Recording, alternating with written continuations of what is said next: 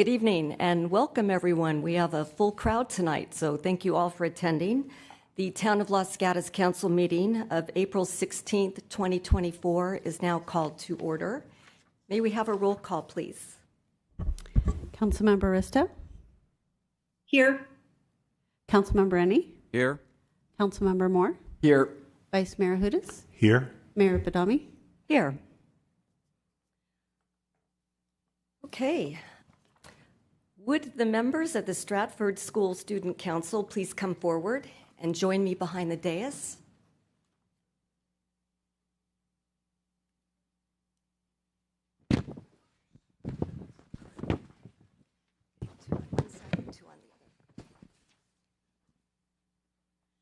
So I am going to introduce these bright students. We have President Cody Orup. Hello.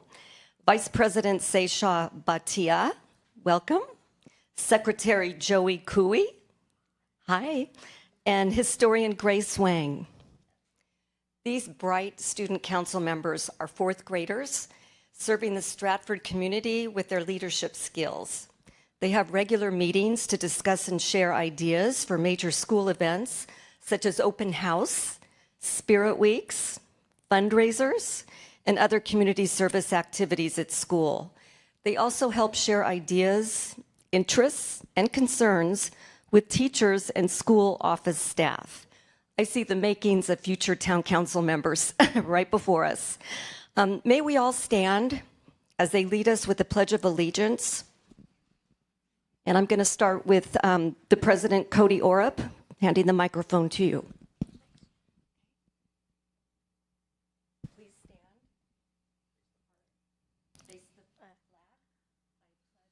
I pledge allegiance to the flag of the United States of America and to the republic for which it stands, one nation, under God, indivisible, with liberty and justice for all.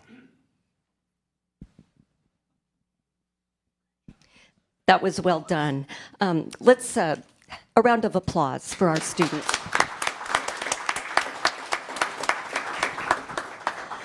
Okay, our council members would be honored if you would go around and shake hands with each one of us. And you can start with the vice mayor and work your way back to Councilmember Rennie. Councilmember Moore. It's two Robs, I get confused.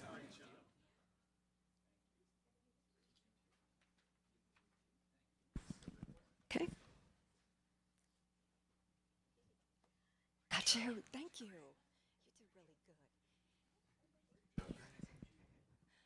On your way out, before you exit, please don't go away so fast. We have a gift of appreciation for you. So thanks again. Let's do one more round of applause.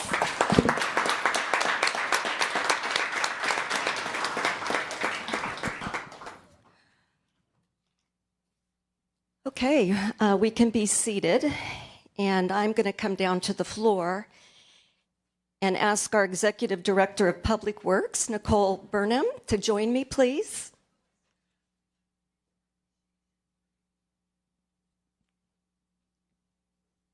Thanks, Nicole. The Town of Los Gatos recognizes National Arbor Day on Friday, April 26th. And our town has been recognized as a Tree City USA for 44 years straight, demonstrating commitment to an effective ongoing community forestry program. And in celebration, join us for a tree planting ceremony on Sunday at Town Plaza as we hold our Spring into Green event. That also, being in April, I proclaim the month of April as Keep Los Gatos Beautiful Month and call upon all individuals to help create cleaner, safer, and healthier environments where people can live, work, and play in the town of Los Gatos. Nicole, please accept our proclamations on behalf of the town.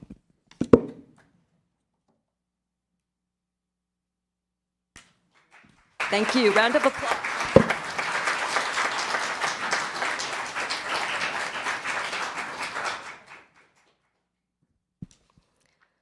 I love presentations.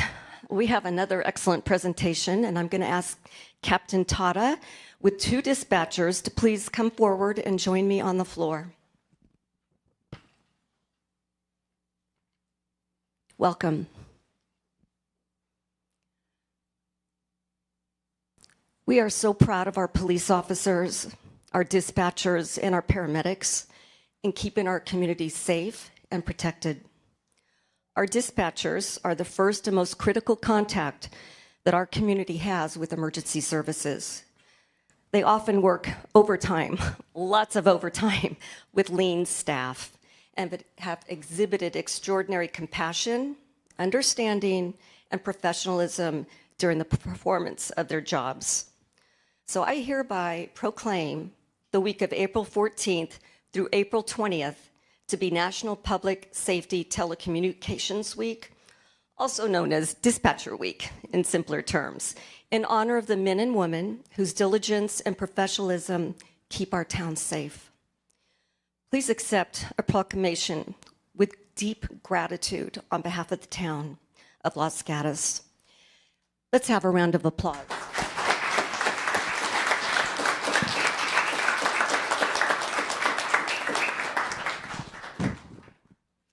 I don't think that's enough. We're going to get back to business, but really, we are just so proud of our police department and the dispatchers. I just want to have one more round of applause. Okay, all right, back to business. Thank you.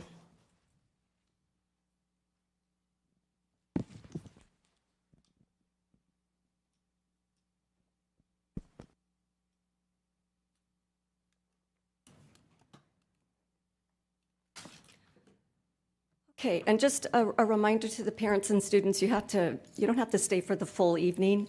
You can stay as long as you like. We do take a break at 9, but some of this might be interesting to you, I hope.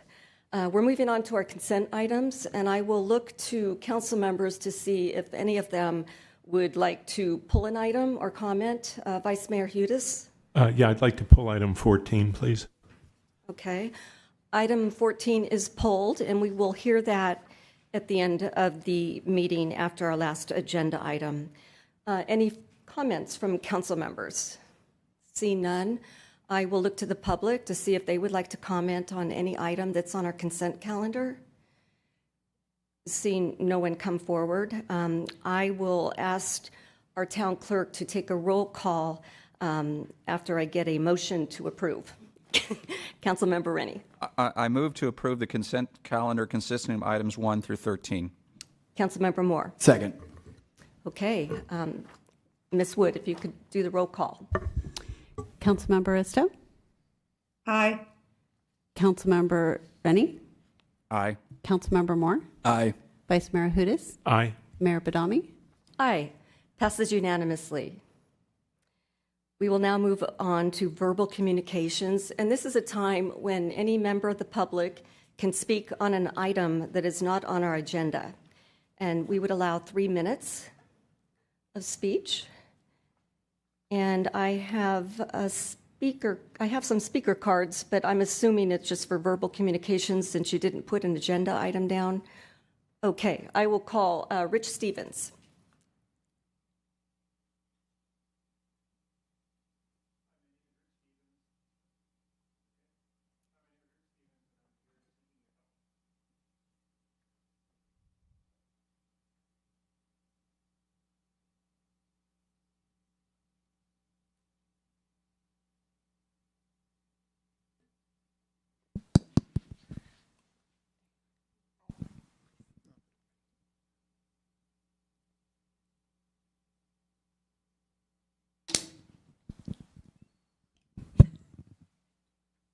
Well, that was an awkward start. No worries. First, thank you for providing me the opportunity to speak with you today. I'm here to express my concerns regarding the Residents at Newtown project. I sent each of you an email this morning regarding an article in San Jose Mercury News. I hope that does something for us. Thank you to those who responded to me. I'm aware that as of now, the council's ability to stop these buildings is somewhat limited, but the citizens do not want high-rise buildings on Los Gatos, and we're concerned about that. I know progress is inevitable, but people live in and visit Los Gatos because of what we are. We need to protect our character and our future. I was born in Los Gatos at the community hospital in 1965 and have lived here almost my entire life. In 1999, we moved from Penway, just outside the district, to Benedict Lane because we wanted our kids to go to Fisher and Los Gatos High School, where both my wife and I went through school. We paid a significant amount additional money for a smaller house, and it backed up against Newtown. But we were in the school district, and that was important to us. We were comfortable because of the Los Gatos 35-foot height limitation. We weren't worried about anything that's being proposed as of today. Many families that live in our neighborhood have been here for more than 25 years, a number for more than 50 years. We do not want Los Gatos Boulevard to become stripped, lined with skyscrapers. My wife and I are comfortable with progress and would be fine with a combination of houses, townhouses, condominiums, apartments, etc., as long as they match the town's character and meet the town height limitation of 35 feet. The proposed building just over my back fence is 83 feet tall. We recently purchased an ADU to be installed and solar, both coming in the next few months. This building would block our sun. No one should have to endure the loss of the beautiful views, the peace and quiet, the ability to see the sun and sky, the privacy and security, the home value that this would take away. We love our neighborhood. Please help us protect it. Please help to stop this requested skyscraper. Please let me know what I can do to help. I welcome any communication via email. I think a few of you have it. We do have a question if you're done speaking from Councilmember Rennie. So listening to you, I was thinking about, as you said, it's difficult for us to say no, but we can sometimes try to mold the project. Right. We do have a height limit of 35 feet, but if they put in enough affordable housing, they get to ask for exceptions and so forth. But again, we can try to mold it. And I was thinking about, from a Los Gatos Boulevard perspective, if it's far back from the boulevard, it's less effect on most people, but it's more effect on you. Much more effect on us. So would you prefer it be pushed away from your fence line more towards Los Gatos Boulevard then? So anything that's 83 feet tall, I don't think should be allowed. But yes, the closer it is to the boulevard, the better off we all are in the neighborhood. Again, I think there's the idea of saying no probably isn't an option, but please shrink it down and move it away from our back fences. And another thing we sometimes can make it look better is if it's stepped so that it's not a straight wall, but, some number of floors and then a little more as it goes back. Would you prefer to see it stepped on the Los Gatos side or on your side of it? I prefer on our side. Could be both. But I prefer definitely on our side because today, what's proposed will look right down into our backyards. We would lose our privacy. We'd lose our security of our homes. Anybody that lives in that building can look directly down into our house. So yes, anything that we can do to, number one, shrink it down to the town limitation, and number two, move it away from our back fence would be appreciated. Okay, thank you. Thank you. Any further questions? See none. Thank you, Mr. Stevens, for coming forward. Our next speaker is Richard Sandigo.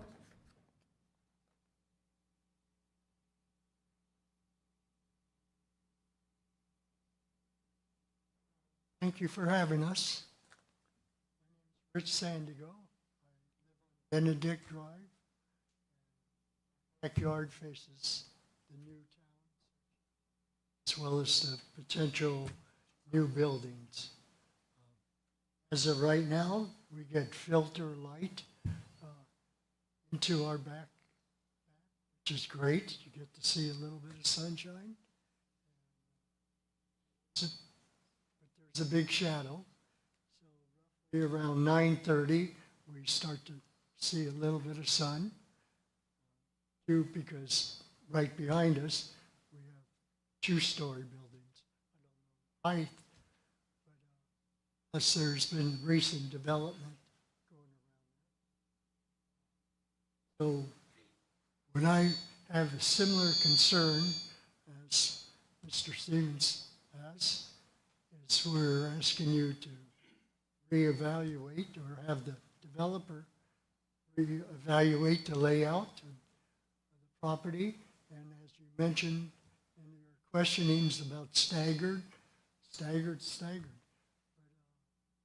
And as long as you have the height closer to Los Gatos Boulevard than it is now. Thank you very much for the time. But I'm just asking you to really look hard and really take our concerns into thought. Thank you. Our next speaker is Rob Stump.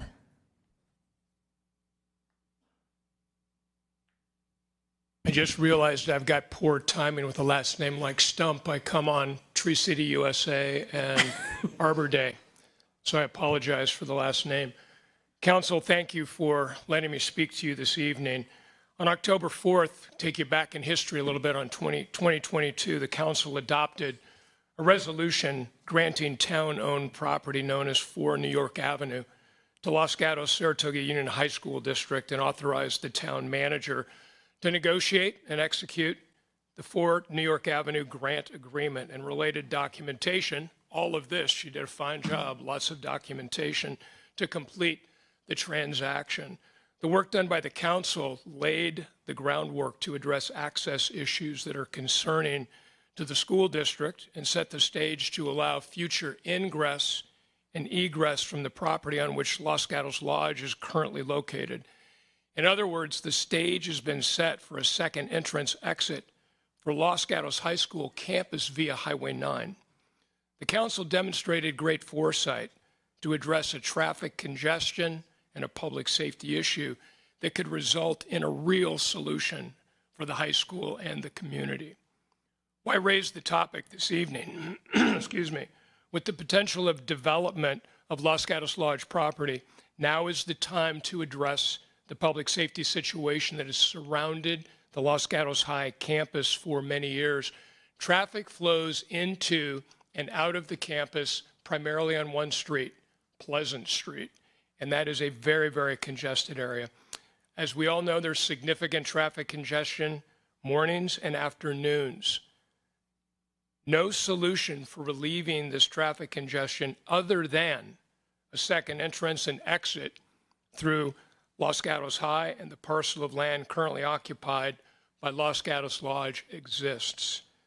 Since the property may be developed soon, the town needs to focus on making a second access point a reality. The high school district supports this.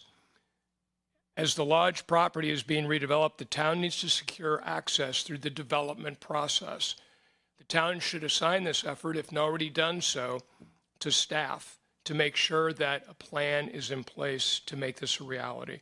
This is a great opportunity for the town to address alternate access to Los Gatos High School. If we don't seize this opportunity now, there will be no feasible alternative to relieve traffic congestion in and around the high school and improve public safety, both day to day as well as in the event of an emergency. So I just want to urge the town council to take appropriate action now. Thank you. Thank you. Vice Mayor Hudes. Thank you. And Mayor, is it appropriate to ask questions of staff on this at this time, or would that be later? I believe we can sneak in a question. Okay. So first question for you, Mr. Stump. I discussed this about 3 years ago with the school board prior to the transaction, and the members that I discussed with were receptive to the idea. Have you had any recent discussions with the school board about this? I have not myself, but I know there are others in the community that have, and I believe they're still on path for this solution. And the way this was built in, which again was great on the town's part, the property was granted at no transaction fee to the high school district. That land was valued at $750,000. And so if the high school chooses to not follow through with providing access or right-of-way through the property to the property line of Los Gatos Lodge, they will need to pay the town $750,000. So I think it's a pretty serious commitment on their part. Thank you. And then I had a question for staff. I've had a look at the plans that have been submitted. for Los Gatos Lodge 50, Los Gatos Saratoga Road. I didn't see any egress or ingress there. Is there anything that staff can share with us about discussions that they may have had with either the school board or with the applicants on this idea, which I think is a terrific idea because it would take sort of the danger of the left turns that students make onto Main Street, take it off the table if they could exit the other way.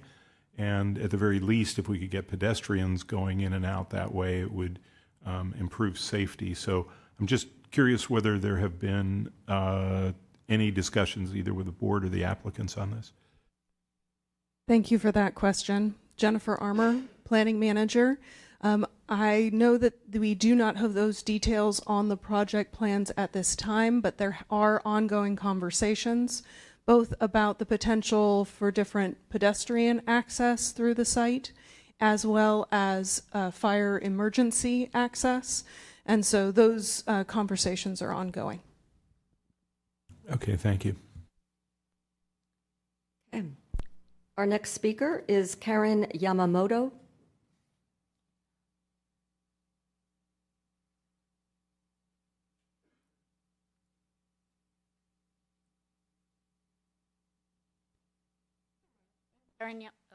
Hold on. Hi, I'm Karen Yamamoto.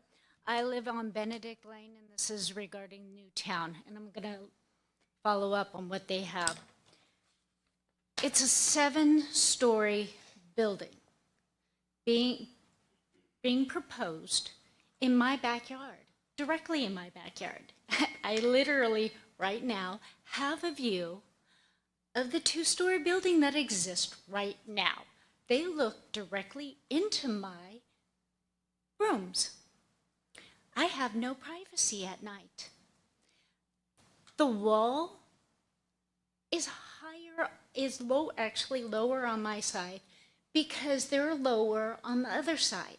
So it doesn't meet, so it's only 6 foot tall. I have had a person jump over the fence into my yard. I don't like feeling unsecure. A 7-story building would not only block out the light, but cause numerous security issues for not only me, but the residents in our neighborhood. It also, adding to that, all those houses, how does that impact on the schools? I don't see, our schools are already 1,000 students at Fisher alone. This would add tons and tons of kids into our schools. Have you thought about how we're going to accommodate all those children? Then there's also the fact that garbage. Where's that going to go? I can already tell you, the garbage bins are right behind me. I have a rat problem because of the garbages that exist currently. You put a bigger unit in there, a 7-story building, and I'm going to get more rats and more garbage being dumped into my yard. This is stuff that I have to deal with. Every single week the garbage man comes. There's so much more. There's the traffic. There's noise. What about the trees that are there? If this town is actually looking at conserving and saving trees, what about all those trees they will have to rip out? 2 of them might be older than 50 years old. Are we going to save them? Not to mention, what about our sewer system? Our water system, our water treatment plant cannot sustain that kind of a housing unit. We need to really think about the consequences. Thank you. Vice Mayor Hudes. Thank you for coming forward with your thoughts. I'm interested, how did you learn about this project? Did you get notification from the town that there was an application for No. that spot? How did you learn about it? One, from my neighbor. And number two, from my nail lady who's going to lose her spot in Newtown. Right. She'll lose that because she's been here for 15 years, and now she will not have a place to actually go ahead and do her business. Yeah, thank you. I'm very interested in that because while there are some limits to what we can do, there are also some things that we should do in terms of notification and other things that I think we'll need to pursue as we have a flow of projects. So thank you for coming forward. You're welcome. Thank you, Ms. Yamamoto. All right, our next speaker is Joe Enns.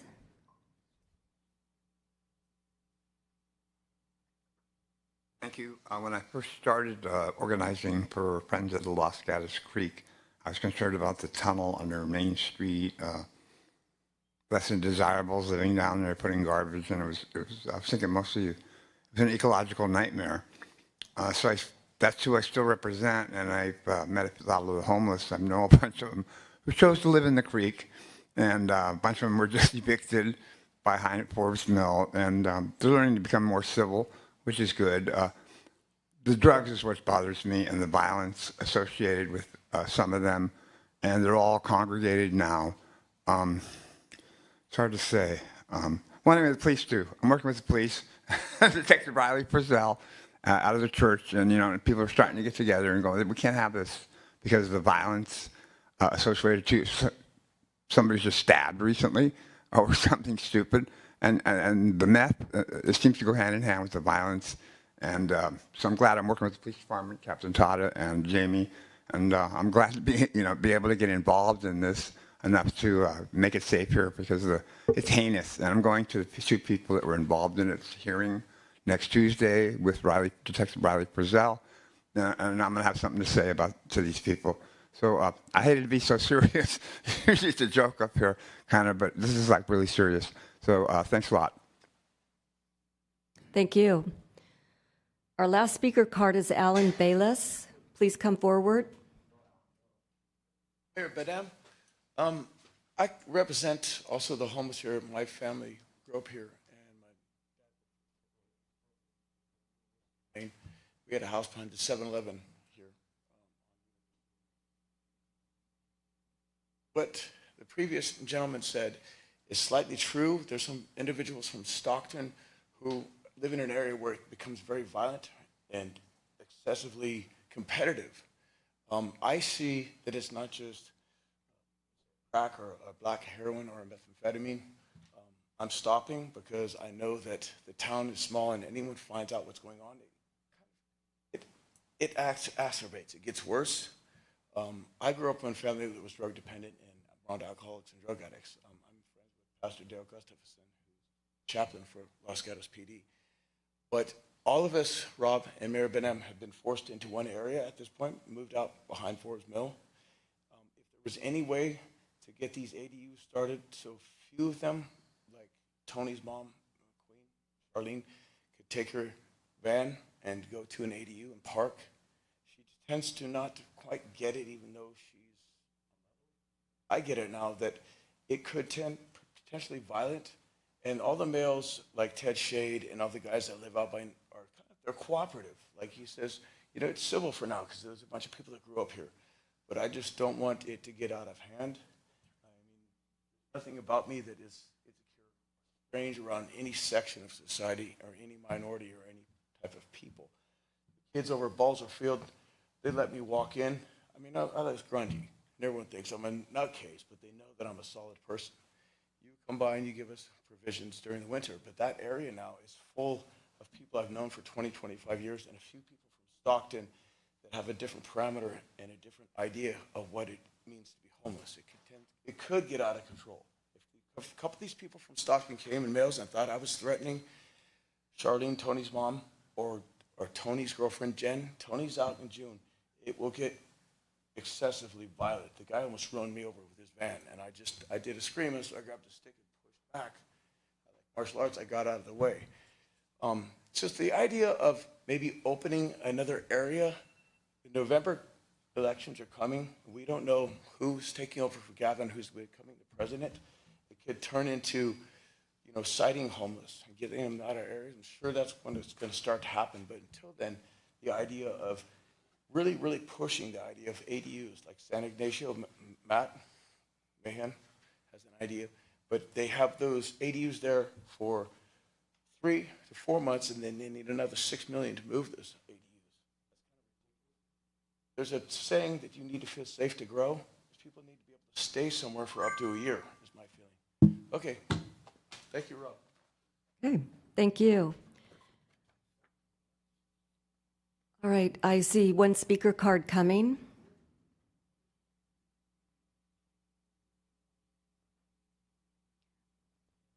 Lindley? Good evening. Tonight I come in the name of the Lord Jesus Christ, whose resurrection we as a Christian nation celebrated together recently. In absolute horror, the godless mental patient in the White House decided Easter was a good day for the Satanists to celebrate the lie called transgenderism. At school, my own daughter was told she could be a boy when she was too young to know any better. She believed that lie and acted on it. In support of my daughter's mentally ill claim, my family members are all liars. The king of liars is Satan, whose favorite number is 6, unlike God's number 7. This flag, as well as the 2 stripes we drive over when traveling down Main Street, only have 6 colors because LGBTQ is a Satanist cult. In 2019, young Rob's alma mater, Lee High School, where my children went, presented a horrible play called She Kills Monsters. The first word heard after the play began was penis. Moments before intermission, the lesbian main character kissed the devil's daughter, solidifying the tight bond between LGBTQ and Satan. All the families witnessed this. It really breaks my heart to know that Los Gatos also prays to Satan, as it glorifies LGBTQ with 6 colored stripes and drag queens for our children. Recently, we experienced an amazing phenomenon called an eclipse of the sun by the moon. Did you know that in 2017, during that eclipse, the sun passed over many towns called Salem? Did you know that in 2024, during that eclipse, the sun passed the opposite way over many towns called Nineveh? Did you know that the 2 eclipses formed a cross? They formed a cross over a region in Indiana called Rapture. You can't make this up. Read your Bible. God sent Jonah to Nineveh to tell the people to repent because they were doing very bad things to each other. I believe that those governing us and educating our children are also doing very bad things.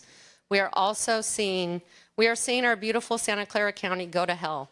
There's garbage and graffiti everywhere. Porn and perversion is everywhere. People are worse off than ever before. Meanwhile, boats of illegal immigrants are making their way onto our California beaches so we can take care of them. We can't even take care of ourselves. This is why I am calling on the town of Los Gatos to clean up its act. I want to take Los Gatos back from the globalists and the traitors to our nation. I want to see Los Gatos be the best. In order to do that, we must turn away from Satan and run towards all the good that God has to offer us. We must do the right thing. Remember, God sent his son to save us, not to condemn us. In a time when everything is upside down and backwards, we must remember it is better to be good than bad. I'm afraid that time is running out for our town, where I've lived since 1967.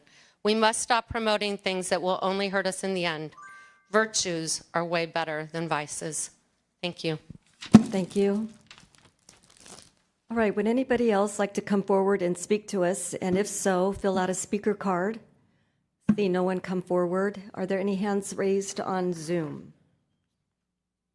There are no hands raised on Zoom. Okay, I'm going to close verbal communications and move to our first public hearing, which is item number 15. And that is to open a public hearing for an appeal of a planning commission decision to deny a request to eliminate a housing unit from the town's housing inventory on property zoned R1D at 501 Monterey Ave. Ms. Armour, do you have a staff report for us? Yes, thank you. Good evening, Mayor, Vice Mayor, and council members. This item was initially a recommendation from staff for continuation of the project for future consideration. However, based on the withdrawal of the appeal for 501 Monterey Avenue that was in your addendum packet. No action is needed at this time. This concludes staff's presentation, but we'd be happy to answer any questions. Any questions from council members? Seeing none, I'll open public comment. If there's anybody in the audience that would like to speak on this item, or if there's a hand raised on Zoom, seeing none, then I will close public comment, and I will close the item out as no action is needed in accepting the withdrawal. Thank you, Ms. Armour. Item number 16, which is to establish a town council policy governing town board, commission, and committee budgets. Ms. Pravetti. Thank you, Mayor.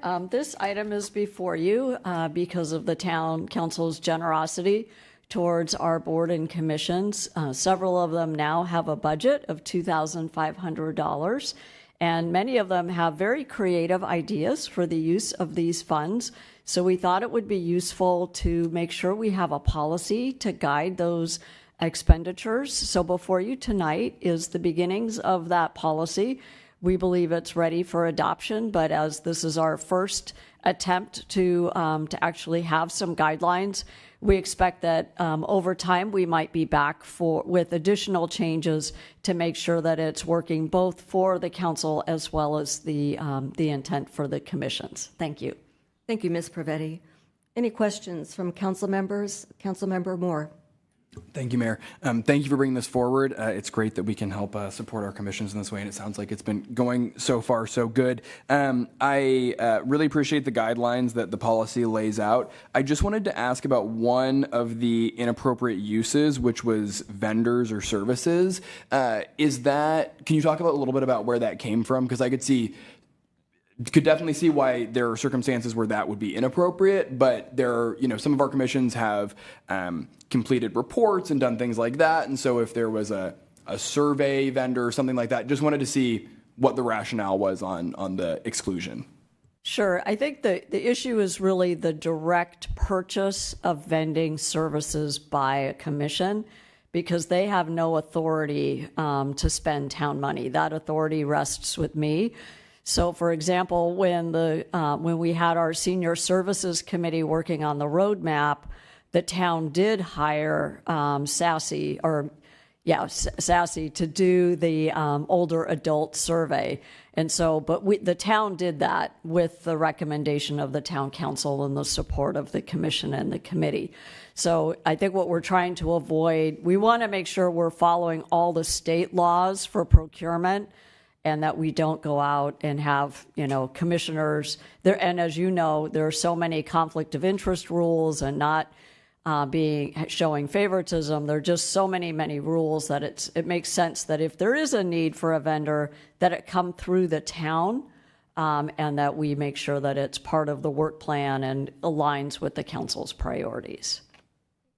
Councilmember Moore? One follow-on. That makes a lot of sense to me. I think that it would be very inappropriate for a commission to, just unilaterally approve that sort of money. Is there any way to, because I imagine that a commissioner would read a exclusion of vendor or services to read the commission cannot use that money for vendors or services. Is there anything built into the policy that allows for the commission to request that $2,500 to be used through the manager for those sorts of services? They could certainly do that. The issue is the direct hiring. And then again, we would, if it is something that seems to be a bona fide use of public funds, then we would have to go through our regular competitive process, get 3 bids, et cetera. So we just, I think our public is used to being able to go to who they want. And, as you know, we have to go through a more deliberate process. But it certainly, if they want to work with the town on one of our vendors, we might have pre-approved vendors, et cetera. That would all be perfectly fine. Got it. Thank you very much. Thank you. Vice Mayor? I had a question about one of the allowed uses, which was number 4, paying for the registration for a table or booth at a non-town event? What's an example of something like that? So if there was I don't know, maybe a job fair or something happening at West Valley Community College, for example, and they said, okay, we have all this opportunity for you to get a booth. The registration fee is $25 per organization. We would say, yeah, that's a use that is permitted. West Valley College serves our community. It would be great for one of our commissions to be there. The town will happily pay that registration fee. Thank you. What if it's for a political event? Is that something that we would still do? Yeah, political events are, really not the venue that's appropriate for any of our commissions, and the town attorney can elaborate. Yeah, there are state laws that prohibit the use of government funds in connection with election campaigns. Okay, I just want to make sure, because this is listed as an appropriate use, so I wanted to make sure that there was some, issues in there that needed to be addressed if it went a different direction. Any further questions? Seeing none, I will open it up for public comment. Seeing no one come forward, any hands on Zoom? There are no hands raised on Zoom. Okay, I'm going to bring it back to council for comments, a motion, Vice Mayor. And after that, Councilmember Ristow, you had your hand up? Okay. So my comment is that I think this is an improvement, and I don't think it's too restrictive. I think it's reasonable guidance and will help with something that we want to encourage, which is the use of the commissions to use town resources in an appropriate way. So I'm fully supportive. I'm glad that town staff and the town attorney took the lead on getting this policy drafted, and so I'm willing to make a motion, but certainly if there are other comments, I can hold. Councilmember Ristow, did you want to make a comment before he makes his motion? I can make my comment. I'll be happy to second the motion if it goes along with what I'm thinking, and then make my comment. Okay, we're looking for a second. Well, let me make the motion. Okay. I move to approve the commission budget's town council policy to establish the consistency and clear guidelines for the appropriate use of funds by town commissions. Okay. Councilmember Ristow? Thank you. I'll second the motion. I do have a question if it needs to be clarified or not. When there is a discussion of a booth at a non-town event, would we have to say something like an appropriate non-town event, or would it just be implied that, or understood that a political event would just never be allowed? To clarify, it might be helpful to add to section 4 so that it reads, paying for the registration for a table or booth at a non-town event in conformance with state law. Okay, that would be my friendly amendment. Okay, I'll accept that. Okay, and I do appreciate the guidelines put out. I think when this novel idea, which I think was proposed by Councilmember Moore, that we have a budget for our commissions was put out, I think in my mind, it was primarily for the commissions to promote themselves or, to create more awareness and communication throughout the community. So I think the permitted uses make a lot of sense. One of the things that jumped into my head was, I don't know if we charge for anybody to participate in Spring into Green, but that's a place where we have, at our Earth Day event, we have booths that outside agencies like the YSI or other environmental groups attend. And so one of the things I thought was that, there might be similar events outside the town where a commission might want to have a booth there. And I think that makes a lot of sense. And then I think the little giveaways, I know the DEI commission was talking about trying to have something at Spring into Green, and there's not really time, but for future things, if people wanted to give out stickers or other types of swag, I think this is perfect for it. So thank you. So I'll make a comment that I support the clarifying condition of that friendly amendment. I think it addresses the political issues that I may have had some concerns with, so thank you for that. So I will be supporting the motion, and with that, I will look to Ms. Wood for the roll call. Councilmember Isto? Aye. Councilmember Rennie? Aye. Councilmember Moore? Aye. Vice Mayor Hudas? Aye, and I just wanted to add a thank you to Councilmember Moore for putting this idea forward. Thank you. Mayor Badami? And I also thank Councilmember Moore. So aye, passes unanimously. Okay, we are ready to move on to item number 17, which is to discuss future adoption development agreement procedures and provide direction to staff. Ms. Whelan, can you provide us with a report? Thank you, Mayor. This item is an opportunity for the Town Council to discuss the idea of developing development agreement procedures. Development agreements are agreements in which applicants agree to provide public benefits in exchange for vesting to the development standards that are in place at the time that the agreement is approved. There's a series of government code statutes that address development agreements, and one of those statutes requires that when an applicant requests that a public agency develop development agreement procedures, the agency needs to do so. And the town has had a request from an applicant that the town come up with development agreement procedures. So this evening, I'm seeking the town council's input and questions on potential procedures. And so I've posted a slide that has a number of questions for the council's consideration. Are there any preliminary questions before we jump into that? Vice Mayor. Yeah, is there any reason that we can't disclose the applicant that is requesting this? No, the request was made by legal counsel for Bud Elam, who has a project that he is working on Shannon Road. Councilmember Rennie?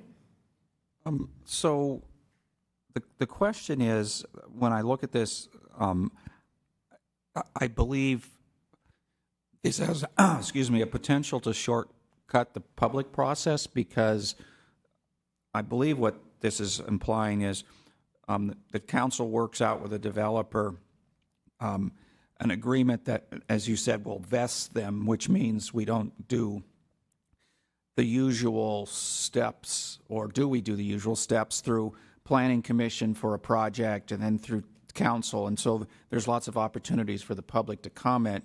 Is this, explain if this is shortcutting that, and if so, are there ways to put the public portion back in? Sure. So the development agreement would be considered along with the planning application, and so the planning application would still come through planning commission and the town council.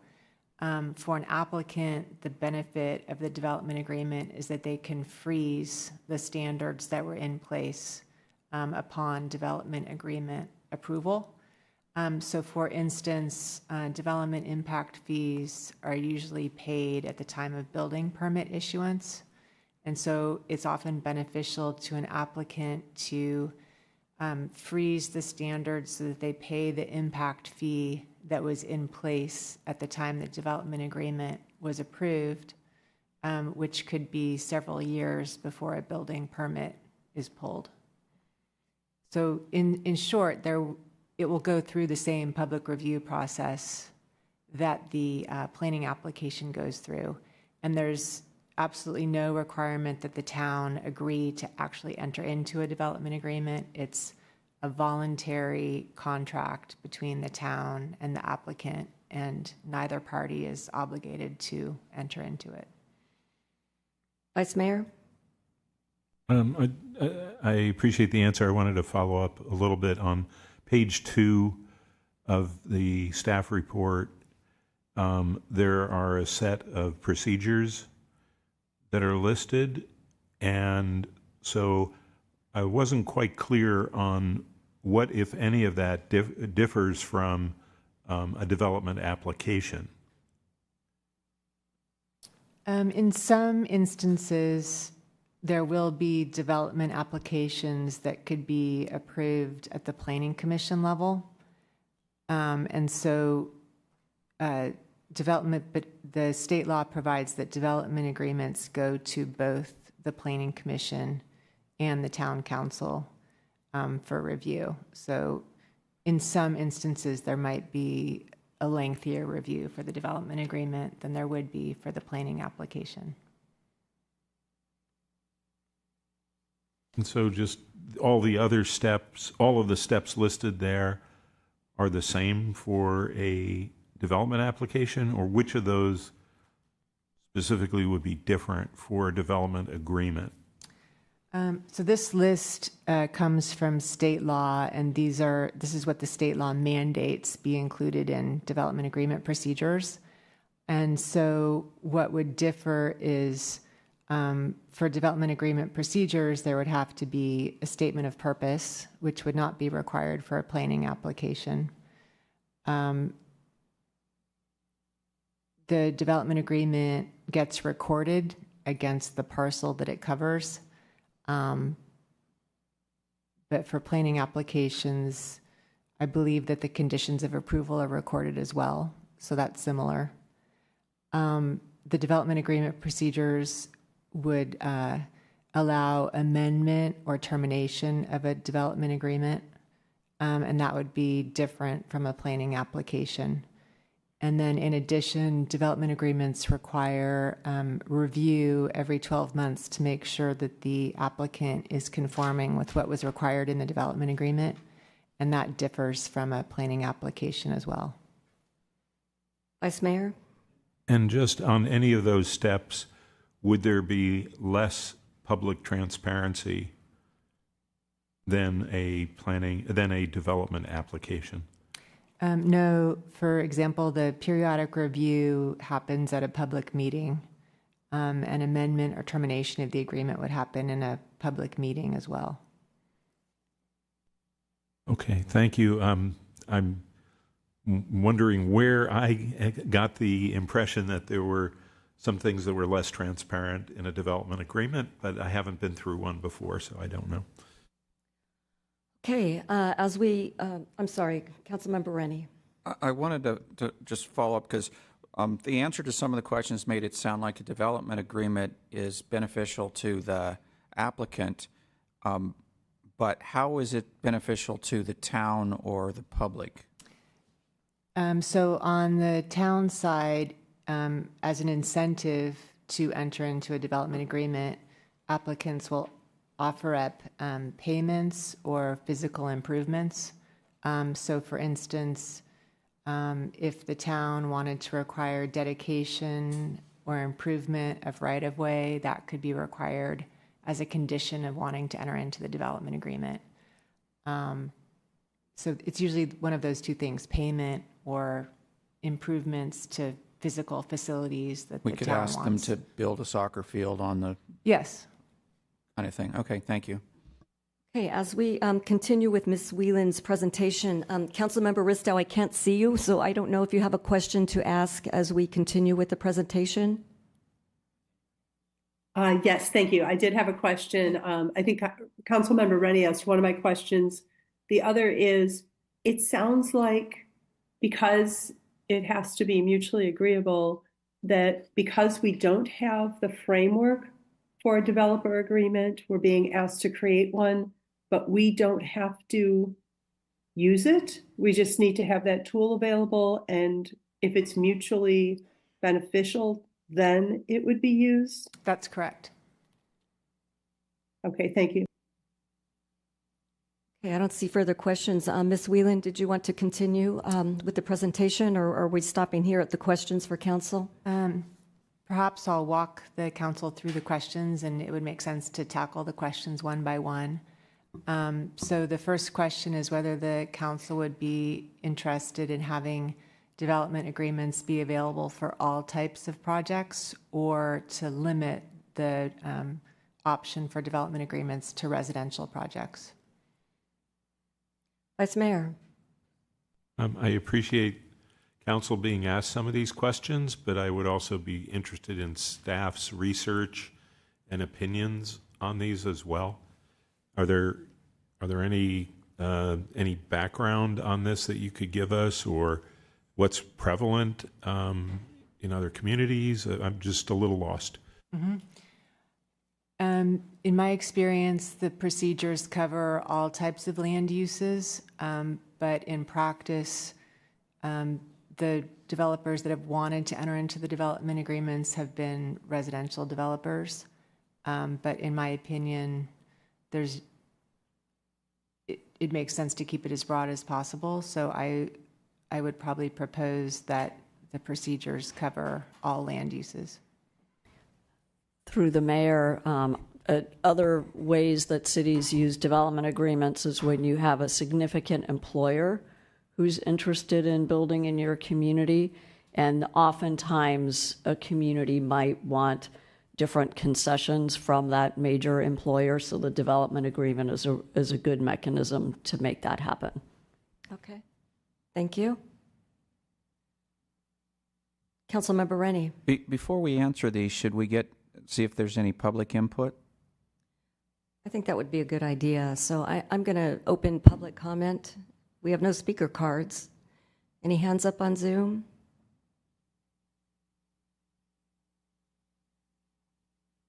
There are no hands raised on Zoom. All right, I'm going to close public comment and go back to our presentation and questions.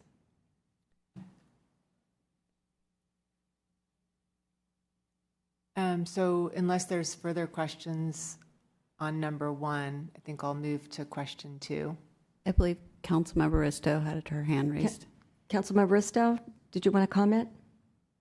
Thank you. Are we going through the questions right now, or are we discussing them? Are we discussing item 1 before we move to item 2, or Town Attorney, are you going to go through each one and then we'll go back? I understand us to be still on number 1 and go through them one by one. Is that my understanding of the most efficient way to handle this? That's what I proposed, if that works for the council. If it's easier to go through the 3 questions first, we can do that too. Okay, no, because I had some comments about item 1 before we moved on. And, I appreciate the further information in this discussion, because my first question about 1 was going to be, does it make it a lot more complicated to allow a developer agreement for all types of land use? And it sounds like it doesn't. And with the recommendation that we make it as broad as possible, and given that the council can decide whether we want to have a developer agreement or not for any project, I think it should be considered for all types of land use.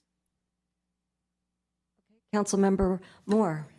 Thank you, Mayor. Yeah, I share those same thoughts. I also think just at a broad level, I just wanted to comment that I think this is, we heard some comments tonight from the public about our ability as a council to impact the development process being taken away. And I think this is a really good tool that I've seen other cities use to be very involved in the development process. So I think that this is really good that we're doing this, and I think that this is something that we should continue. I think it'd be great to have a few more of these sorts of developments come forward to the town, because I think that this is a way for us to have control in the development process. So yeah, I think to question 1, I think that all land uses make sense. Councilmember Moore. I'm Risto. I'm Rennie. One of them. Hudis has left. As mayor, you go through flubs. I remember some flubs from all the mayors, so don't worry. Thank you. I'm just going to say I can't see any reason why not to keep it broad. We don't have to do it, so why not have the tool available if it makes sense for a project that comes for a different kind of land use? Okay, so I believe we have consensus here, and I think staff would probably like to, for council to have motions. So I'm going to probably look for 3 different motions at least. So on this first one, I'm going to ask for a roll call to see if all the council members are in favor of the direction given on number 1, if somebody wants to make a motion to that effect. Vice Mayor. So moved. Councilmember Moore? Second. All right, Ms. Wood? Councilmember Ista? Aye. Councilmember Rennie? Aye. Councilmember Moore? Aye. Vice Mayor Hudas? Aye. Mayor Badami? Aye. Passes unanimously.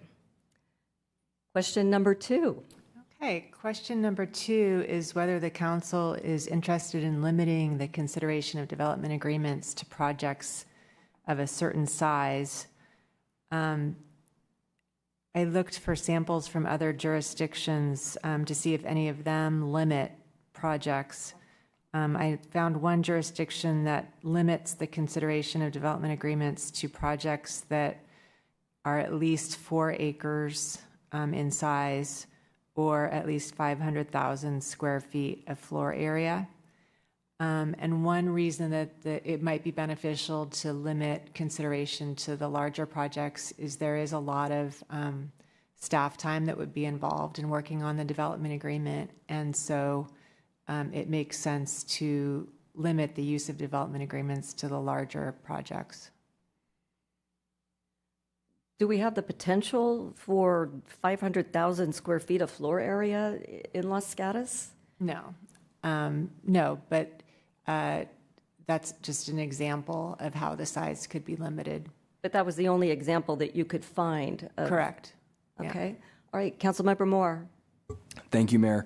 I'd be curious, I mean, because this has been so rare for the town, I would generally think that we wouldn't want to limit it. And if for some reason we got a big influx of development agreement proposals, we could limit it. But I think a lot of the sites that we're seeing being currently currently have preliminary applications or applications, some of them having 100 units, are on actually relatively small sites. So I think that it would make sense for us to be broad on this and not limit the square footage. Thank you. Councilmember Ristow?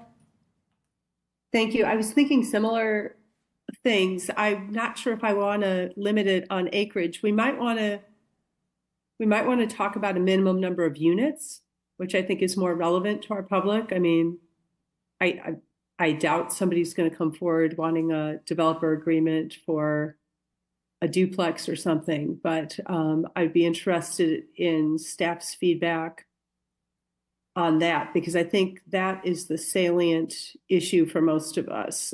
Acreage doesn't seem to matter. We have some pretty tiny spaces that will have some units where I think it could be to our advantage to have a conversation with the developer and have some give and take. Minimum square footage, it's hard for me to think about what the square footage might matter. So a question for staff is, do you have any feedback on number of units or where that kind of cutoff would be helpful? And also, if we're not restricting it to residential, I guess number of units may not matter. So then we might go to square footage, but I don't think we want to make this too narrow yet. So I heard can you give me some? Go ahead. Yeah. The question is basically number of units. Okay, with that, I'll wait for an answer from staff if they're able to give it at this time, and then followed by the Vice Mayor with his hand raised. So the request came from an applicant who's proposing, I believe, 12 units. So, 10 units might be, one way to limit the consideration of development agreements. Through the mayor, if I can follow up. Yeah, I was thinking about, besides the big tall buildings that we're seeing, there are things kind of off toward the hillsides where there might be open space where a developer might be proposing a number of housing units. And so, right now I think 10 seems like a good number. Okay. Vice Mayor? Just to kind of circle back, the concern was raised about potential impact on staff and the cost related to that. What is the ability of the town to not move forward before any effort is put in if we adopt this procedure? In other words, could we just cut off the smaller units just by policy, or not by policy, but by activity? Yes, there's no obligation to begin development agreement negotiation or to enter into a development agreement with an applicant.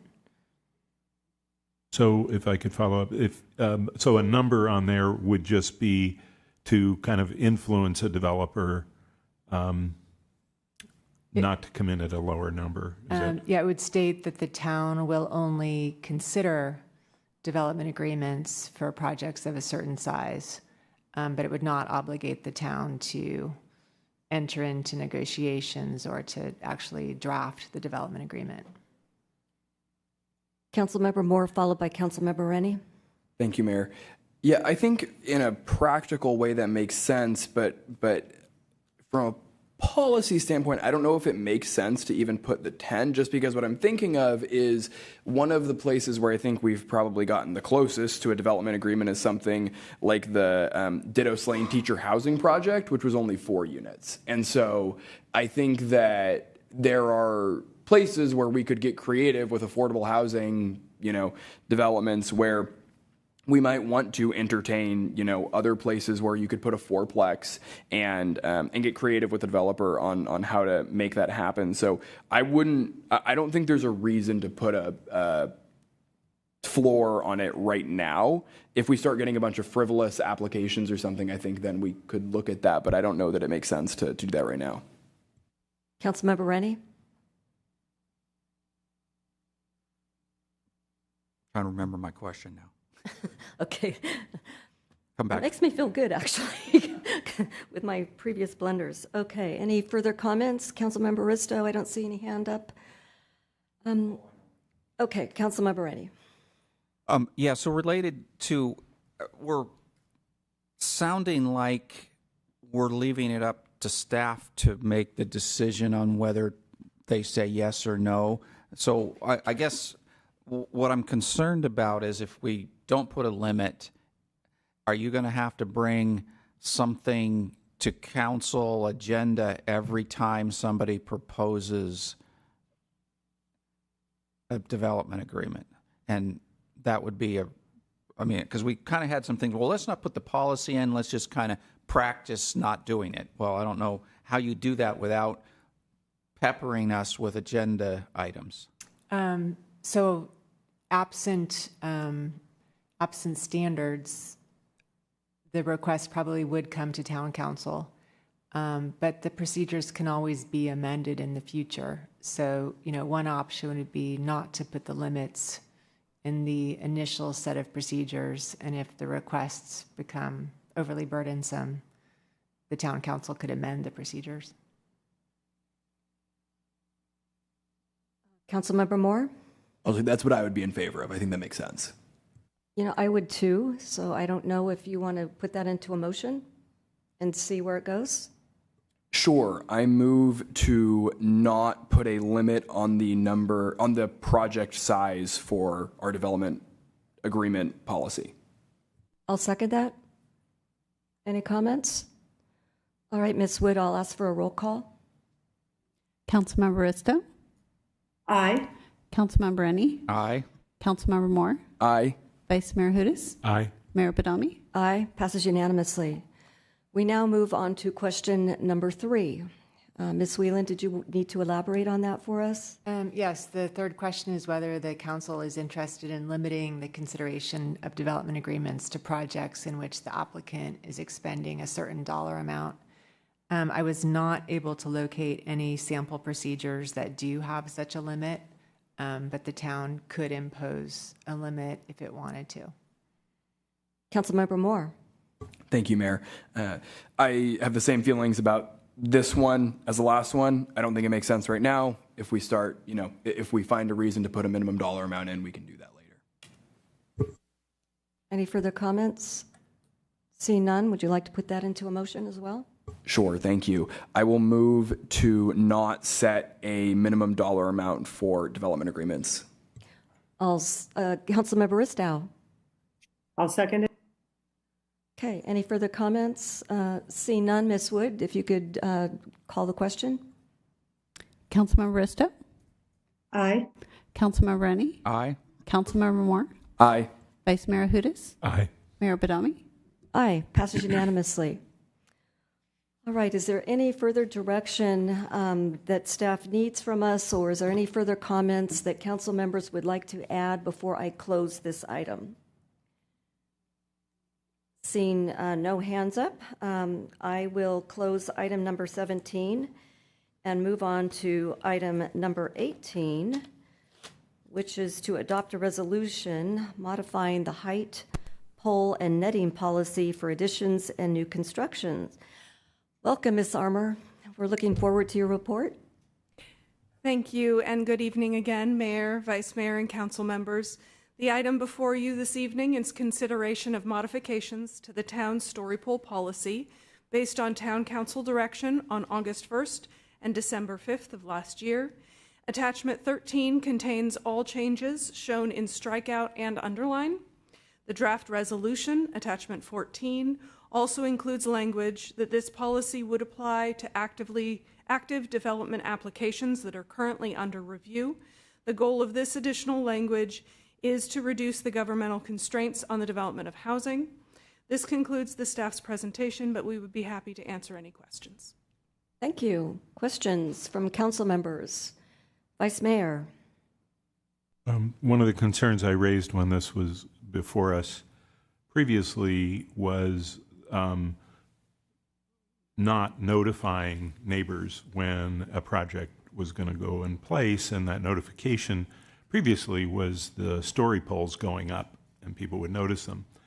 And I was not in favor of this, but the question is, are there any notifications of these alternatives, the visual renderings, the signs that are supposed to replace the story poles? Is there any notification of the neighbors at the time when this applies? And my understanding is that this would apply at the pre-application level. Thank you for that question. These requirements would be in place for development projects that are at the formal application process and would include the standard requirements for sending out notice cards when they get to a public hearing or publicly noticed decision.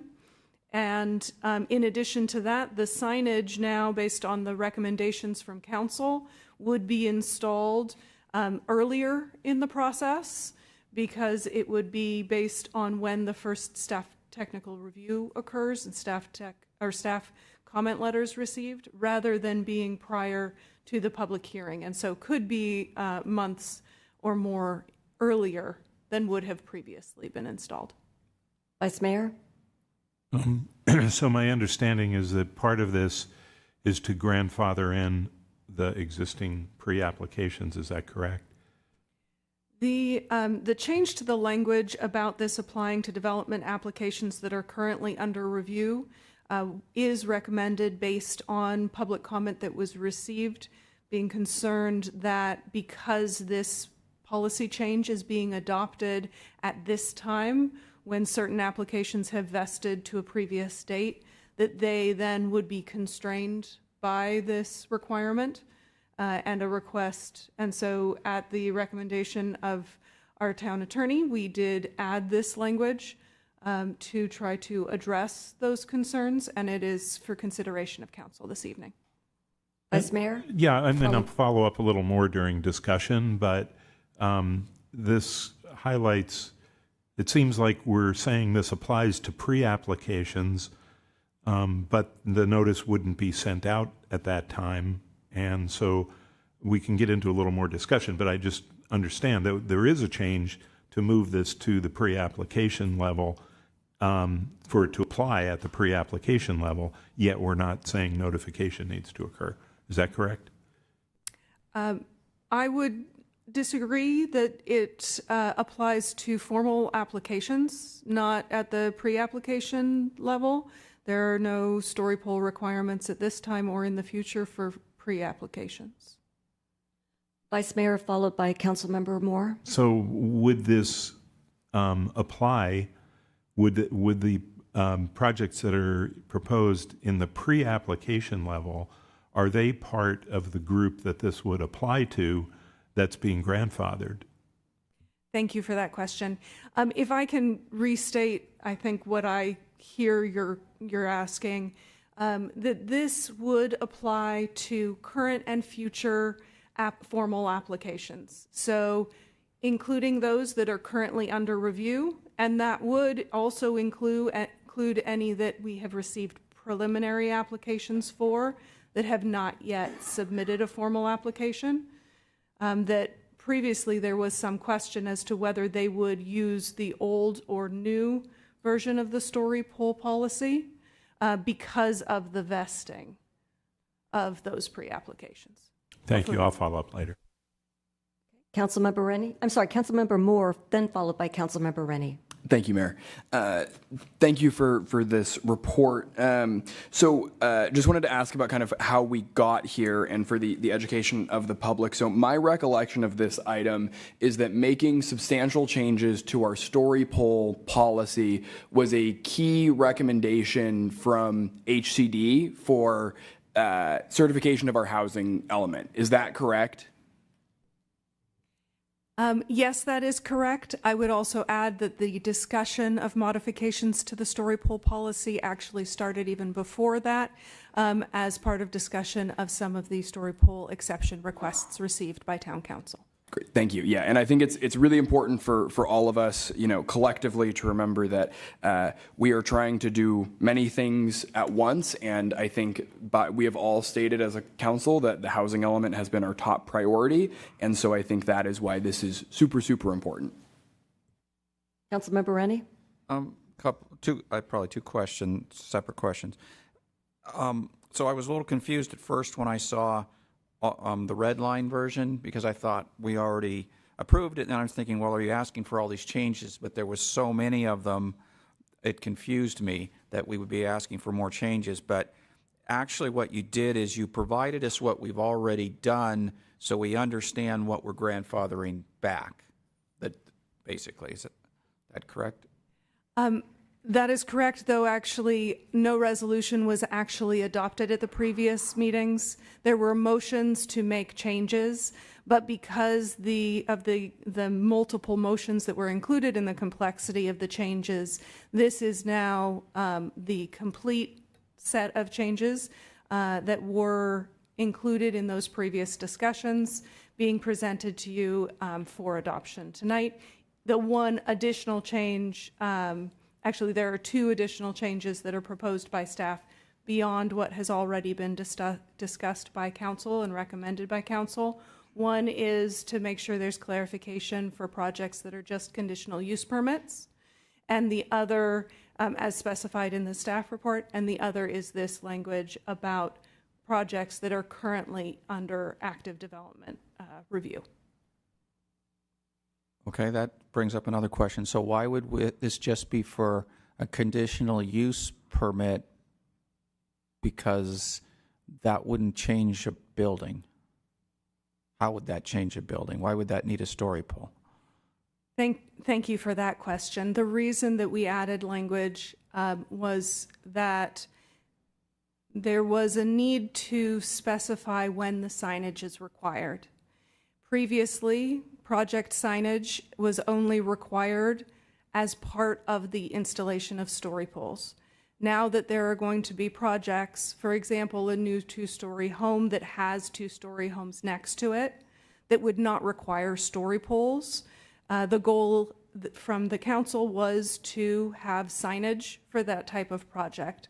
And so a statement was included along the lines of any publicly noticed project would need to have signage.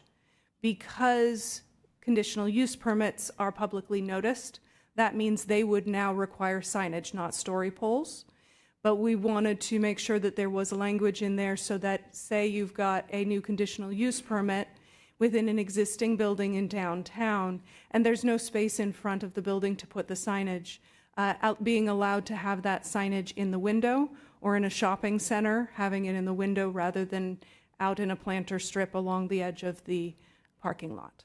Okay, that's helpful. Thank you. Back to my what was originally second question. Maybe it's the 12th by now, but so Councilmember Moore mentioned part of what drove us forward on this was a request by HCD to remove barriers to housing being built, and they specifically said they wanted us to modify this. And then in our most recent submission, you went and asked them for feedback before they've given us the formal feedback. And as part of their feedback, they asked a question about this grandfathering. So that leads me to wonder, are they forcing us, wanting us badly to change this? Is this something that's important to get done to increase our chances of the next housing element submission going forward? Thank you for that question. The last time we had a discussion going through the comments with HCD, they did say that we had addressed their comments, including the story polls with the revisions that were described in the implementation program, but we did receive a comment letter recently that was also sent to HCD with concern that this story poll policy, if it did not apply to the housing development currently under consideration, would be a constraint to that housing and the construction of that housing. And HCD did ask staff how the town would be responding to that concern. And so this draft language was shared with HCD at that time. We did not get any response or evaluation, but that did seem to satisfy the question. So in short, it sounds like they're concerned not grandfathering is a barrier to the housing of the current applications. That did appear to be the goal of the question. Thank you. Vice Mayor, and then we'll get to public comment shortly. So I think there were some statements made about inferring things from HCD. I read the most recent comment. My understanding is that they responded to a comment letter, and that was what they did. They did not say we needed to do the grandfathering per se.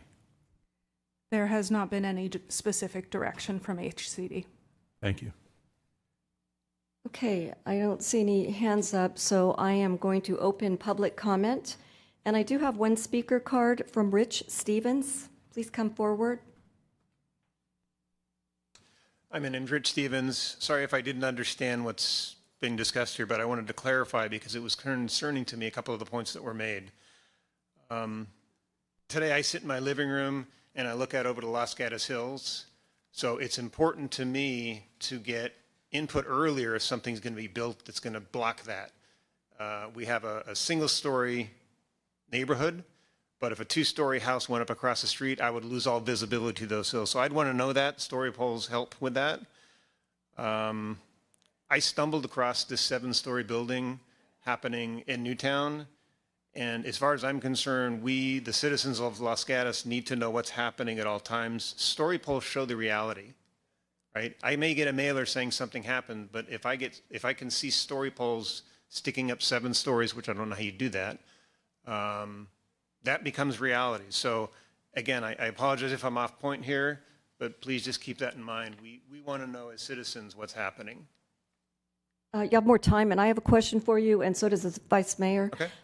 You know, the neighborhood spoke earlier, and we asked one of the speakers, you know, if there was any notification about the development. We were wondering how any of you got notified, and apparently you did, but I don't know if you got notified. You just mentioned that you stumbled across it. How was that? It was literally just a stumbling. One of my neighbors actually was the one who stumbled across it, notified me, and then I kind of passed it on. It was a case of she was looking for something on the town website for something specific that she was going to have done, and she saw this 7-story building be proposed. So there was no forwarding of information. I know this is new. It only got officially sent in March 17th or 19th or something like that. But to me, that's something that I want to know about. And as we get through the process, the earlier the better, because if the builder needs to make changes, it's much more advantageous and cheaper for them if they can do it earlier in the process. So even if the friend or neighbor hadn't stumbled across it, if there was story polls, that would have been your first notification of a development. Absolutely. Okay, thank you. Vice Mayor. Yeah, thank you. I think there was some discussion about story poles become a little bit impractical when they get too tall. So there was a discussion about visual renderings. But, you know, my question is, how do you feel about a visual rendering as an alternative, and how would you even know that there was a visual rendering? Exactly. So again, to me, the story poles is the only way to go, because if I'm driving down Los Gatos Boulevard and I see a sign saying there's going to be some proposed building, I could pass it by. I'd miss it. If I get a mailer, I could miss it. If I see 7 stories of story poles going up, there's no way I'm going to miss that. So I don't know how you would do that. Hopefully we'll never have to do that in Los Gatos because we do have limitations. But again, I want to know everything that's going to be proposed in my backyard and my front yard anywhere in Los Gatos. Thank you. And I apologize. We've had this on the agenda a few times, but I'm not sure everybody really understands what are story poles and the impact. But thank you for coming on. Thank you. Any further questions for the speaker? No, thank you very much. Any hands on Zoom to comment on this item? There is no hands on Zoom. Councilmember Aristo had her hand up when we still had our speaker. I don't know if you had a question for the speaker. Councilmember Aristo? I did, but that's all right. I guess I'll hold on to these and leave them for questions for staff and discussion. I can bring him back. He just stood up. He's ready for you if you like. No? Okay. Okay. Hi, Mr. Stevens. Thank you. And I completely understand your concerns. One of the things I wanted to ask you was, given we have had other projects, such as the Netflix project where story poles were not possible, and, you know, I understand that members of the community can't follow everything the town council does. When it is going to be impossible to do story polls, we've grappled really hard with how do we show the public. So I don't know if you saw the full report and saw what else was proposed in terms of large signage with renderings, potentially, you know, video renderings and a QR code so people can see what's happening. But I think what we've been told by HCD is that, you know, story polls are an impediment. So we've basically been told that we need to change our policy. And also we've discussed how it'd actually be impossible for some taller buildings. So I don't know if you have other suggestions. If for a tall building, we could not do story polls and you're concerned that you might not see a sign, what else would be helpful? Maybe I have my head in the sand a lot of times because I didn't know a lot of these projects were being done, which is scary to me. And that's why I'm up here right now. I know story polls, again, are very difficult. I had no idea what was happening at the Netflix. Most of this that I've been made aware of is through word of mouth. Somebody, one of my neighbors, one of my friends, somebody I work with, whatever it is, has made a comment. Did you hear that 7-story building was going to be proposed at Ace Hardware? Or did you hear there's this 12-story building on Knowles Avenue at Winchester? So it's scary to me to think that some of this can be happening without the citizens of Los Gatos knowing. Your question about how do you show what's potentially happening? Hopefully nothing is going to be 7 stories because we do have limitations. If that is going to happen, maybe we do lasers from the flying things, whatever they're called. I'm drawing a blank on them. Drones. Thank you, everyone. Drones with lasers. Maybe that's an option. But we've got to be able to show the people of Los Gatos what's proposed, what's being proposed, what's being considered, I think. Okay. And I guess a follow-up is, I hope you understand that this project here that you're discussing is a pre-application. And so I do. until it becomes an actual application, the town is not going to put out notification because we've had pre-applications lapse. Yes, I and we do have a notification process that will happen when we have actual applications. Right. I'm absolutely aware of that. I wanted to make sure that we were here during the pre-application process so everybody understands where we stand. Thank you so much. Thank you. Thank you, Mr. Stevens. Councilmember Risto, any further questions? Seeing none. Any further hands on Zoom before I close public comment? No. No. I'm sorry, if you would like to fill out a speaker card, you can come forward. You would have to come forward.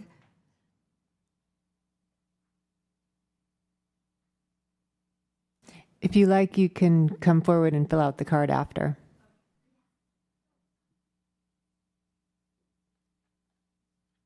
I'm sorry, we just don't allow comments from the pews. I was just too excited for my idea. I was just going to respond. One of the ideas I was just thinking about is, can we use Instagram or any of the website to make these notifications more available? I mean, I follow the town, but I usually just see updates around events happening and not necessarily something like a building going up. Maybe that is an opportunity for us to hear about some of those concerns. Because I mean, me and all the younger kids, they're all on Instagram. I'm sure somebody would have heard about it if there was something like this. So just a suggestion. Thank you. Thank you. Any questions? Seeing none, thank you. Another speaker card coming forward, Mr. Fagot. Good evening. I wasn't planning to speak on this issue, but listening to some of the conversation going on currently, the story pole height, I understand the difficulty of putting in story poles for 7 feet, particularly with the weather that we've been experiencing of recent, the cost and the difficulty of maintaining those poles. But using artist renderings on site, I think is very helpful. And doing it in the preliminary would help neighbors be prepared for when a final submission is made. So that it's not preliminary, but it is the final one, because at that point it could be too late for citizens to become engaged and let the council know their concerns. The other thing with this, with less story poles, is besides the artist rendering, I think my biggest concern with an artist rendering is that you only have one perspective in that rendering, usually from ground level looking in one direction, but you don't have the perspective that you have where we're looking at the hillsides and open spaces and so forth. So if it could be a three-dimensional rendering, and this was discussed at a council meeting and at a planning commission meeting some months ago, and I don't know whatever happened to that there would be a video that would allow the perspective of the viewer or the resident to look at a site and get different perspectives at different angles, up, down, lateral, so forth. I think that would be much more helpful to help citizens understand better what could happen and therefore participate in the process going forward. So that's my thought on another part to this story pole issue. Thank you. Thank you for those thoughts. I see no hands up. Any hands on Zoom? There are no hands on Zoom. And there are no more speaker cards coming forward, so I'm going to close public comment and look to my council members for comments or a motion. And Councilmember Moore, start us off. Thank you, Mayor. Yeah, I really appreciate the comments that we've heard from the public this evening. I think this is this policy will be a big change for Los Gatos. I think a lot of other cities in the Bay Area have completely gotten rid of their story pole requirements a long time ago. We're not doing that this evening, but I think it's important to recognize that in my understanding of what the state has told us is that in order to pass a housing element, which it has been the overwhelming feedback that we have received. and I think we have received from the public is please, please, please get a housing element in place so we are no longer subject to the builder's remedy. This is required. These changes are required. I think that in light of that, we are going to have to get a lot more creative on noticing. I really like the idea of if we are having people come up with these more sophisticated renderings, posting them on Instagram, Facebook, getting them out earlier, sending them out in postcard form. I think that's all really important. I think that we should be requiring more sophisticated 3D renderings. I liked the suggestions from Mr. Fagot. And so I think we are going to have, I think it's crucial that the public is aware of the projects that are being proposed. I think that a lot of people would feel the way a lot of the neighbors that we're hearing from on Benedict do about, real surprise that this is kind of what is being proposed in the town. And so I think it's really important that people are aware, because I think the sooner they're aware, the sooner they're able to weigh in, the sooner they're able to get in touch with the developer and potentially change the projects. So I think all of that is super important. I think all of that said, again, we're going to have to get a lot more creative, and I hope that we can figure out how to do that. But I think this evening we have to pass these changes in order to get our housing element approved, because I think above anything else, getting our housing element approved has been the overwhelming call that we've heard from residents. Vice Mayor? I appreciate the comments from Councilmember Moore. However, I don't believe there is an assertion from HCD that we have to grant these rights to projects that are not yet apply to those changes. So I think this is an example of granting rights not contained in the vesting of these 15 projects. And my understanding is that it would apply, that these rights would apply to pre-applications as well as formal applications, because the pre-applications would vest in the changes. Is that correct? I believe our intent was that it applied to development projects with formal planning applications currently under review by the town. But the resolution does say that applies to development projects currently under review. That was, I'm sorry. And so that could be read to cover SB 330 preliminary applications as well. So one way to clarify that would be that the policy applies to development projects with formal planning applications currently under review by the town. I'm sorry, that was my reading of the language, that it applied to any applications that were under review.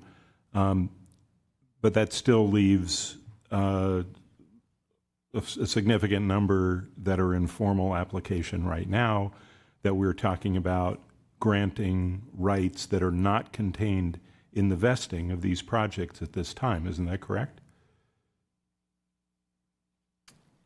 I don't have an exact count of the projects that are have formal planning applications that are under review, but it's probably more than 5.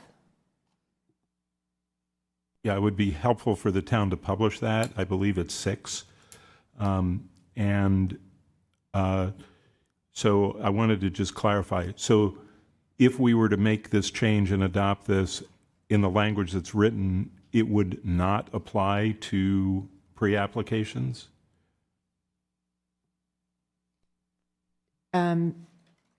Right now, there is an ambiguity, so it should say apply to development projects with formal planning applications currently under review by the town. Vice Mayor, followed by Councilmember Moore. Yeah, I had another question.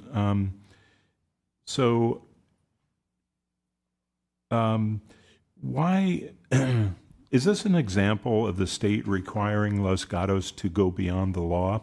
In other words, we have regulations that are in place now, and all of these, the 15 plus the 6, would, and if we just made it the 6, would have to comply with our law. We received a letter from HCD in December 21st, 2023, that said actions should be added and revised beyond complying with law. Is this an example of where HCD is requesting the town go beyond complying with law?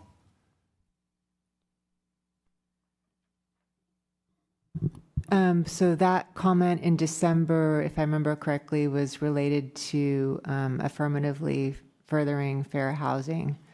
And so they were encouraging the town to have housing in various parts of the town. With this, they're saying that this HCD's opinion is that the town's existing story pole policy poses a constraint to the construction of new housing. There's no law spelling out what constitutes a constraint, but it is HCD's opinion that it constitutes a constraint. Vice Mayor? But again, that would apply to things that come after we change that law. What HCD seems to be saying is that we need to go beyond our law in the same way that they said we had to go beyond our law. And that's what concerns me, because I really wonder, are individuals or cities ever required to go beyond the law rather than to comply with the law? And if that's the case, who's to judge where any action is beyond the law? Wouldn't that seem to be maybe different to a developer than a homeowner whose project is being implemented? My response would be that the state has set it up so that HCD is responsible for certifying the housing elements of local agencies, and HCD has recommended that the town amend its story pole policy in order to obtain certification.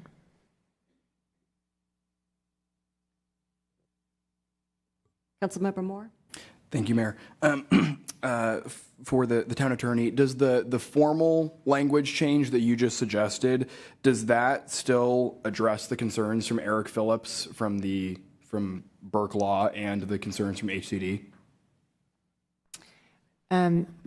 So if I remember correctly, so Eric Phillips represents the North 40 Phase 2 project. And if I remember correctly, the North 40 Phase 2 project has submitted a formal planning application. That is correct. Okay. Councilmember Moore? So I'm pretty sure I got, so yes, that's their concerns would still be met through our new policy? Yes. Okay. And I think it's a little bit, some of the language that some of us are using might be a little bit confusing, because when we have the SB 330, they're vesting to the old story pole policy. And so now, of course, there's an interest in being able to use the new story pole policy. So it's not that they're being grandfathered. It's that they don't want to be grandfathered. They really want to be able to use the new story pole policy. And I think there are fabulous opportunities, as our public has mentioned, to use social media in some new ways for the town to get the word out. I just want to be clear that we typically don't announce, other than just publishing on our website, that we have a prelim application, because it's so preliminary that we don't know if it's going to go anywhere at all. But once we get a formal application, according to these new rules, on-site signs and other things are going to have to be done. So if it's the will of the council that all 14 or 16 of the SB 330 projects actually provide that earliest notification to our public, then really the resolution should somehow say that very clearly, so they all know our intent is to notify our public as soon as practically possible by doing the signage and doing these other things. So we can still wordsmith a little bit, But if we do limit it to the formal application, then we're down to like 3 or 4 applications of at least of the SB 330s. Of course, we have lots of other applications pending in the town as well. That's a very helpful clarification. Thank you. Vice Mayor, did you have your hand up? And that'll be followed by Councilmember Ristow, followed by Councilmember Rennie. Yeah, I'm not going to do it now, but I do have some proposed language on notification that might be helpful, but I'll wait. Councilmember Ristow? Thank you. If we're talking about notification, and it does seem like across the board, when I run into people, sometimes they're hearing things that aren't true. Like I'm hearing from some people that some of these applications have already been approved or they're happening. And I try to describe what a pre-application is. I think once something is a formal application, we are going to want all kinds of ways to notify people. And I'm just wondering along the way, I think the town has put together an excellent page on the website that have the status of our different SB 330 pre-applications and applications, perhaps linking that page periodically in social media, wondering what might be coming, check this website. Just a reminder to people to go to the town website and where to go so they can see what's potentially proposed, because I think it would be premature. It's definitely premature to start notifying entire neighborhoods about a pre-application when we see multiple pre-applications in certain sites and that some applications have not come forward. I think it would be a lot of work for something that is not actually happening.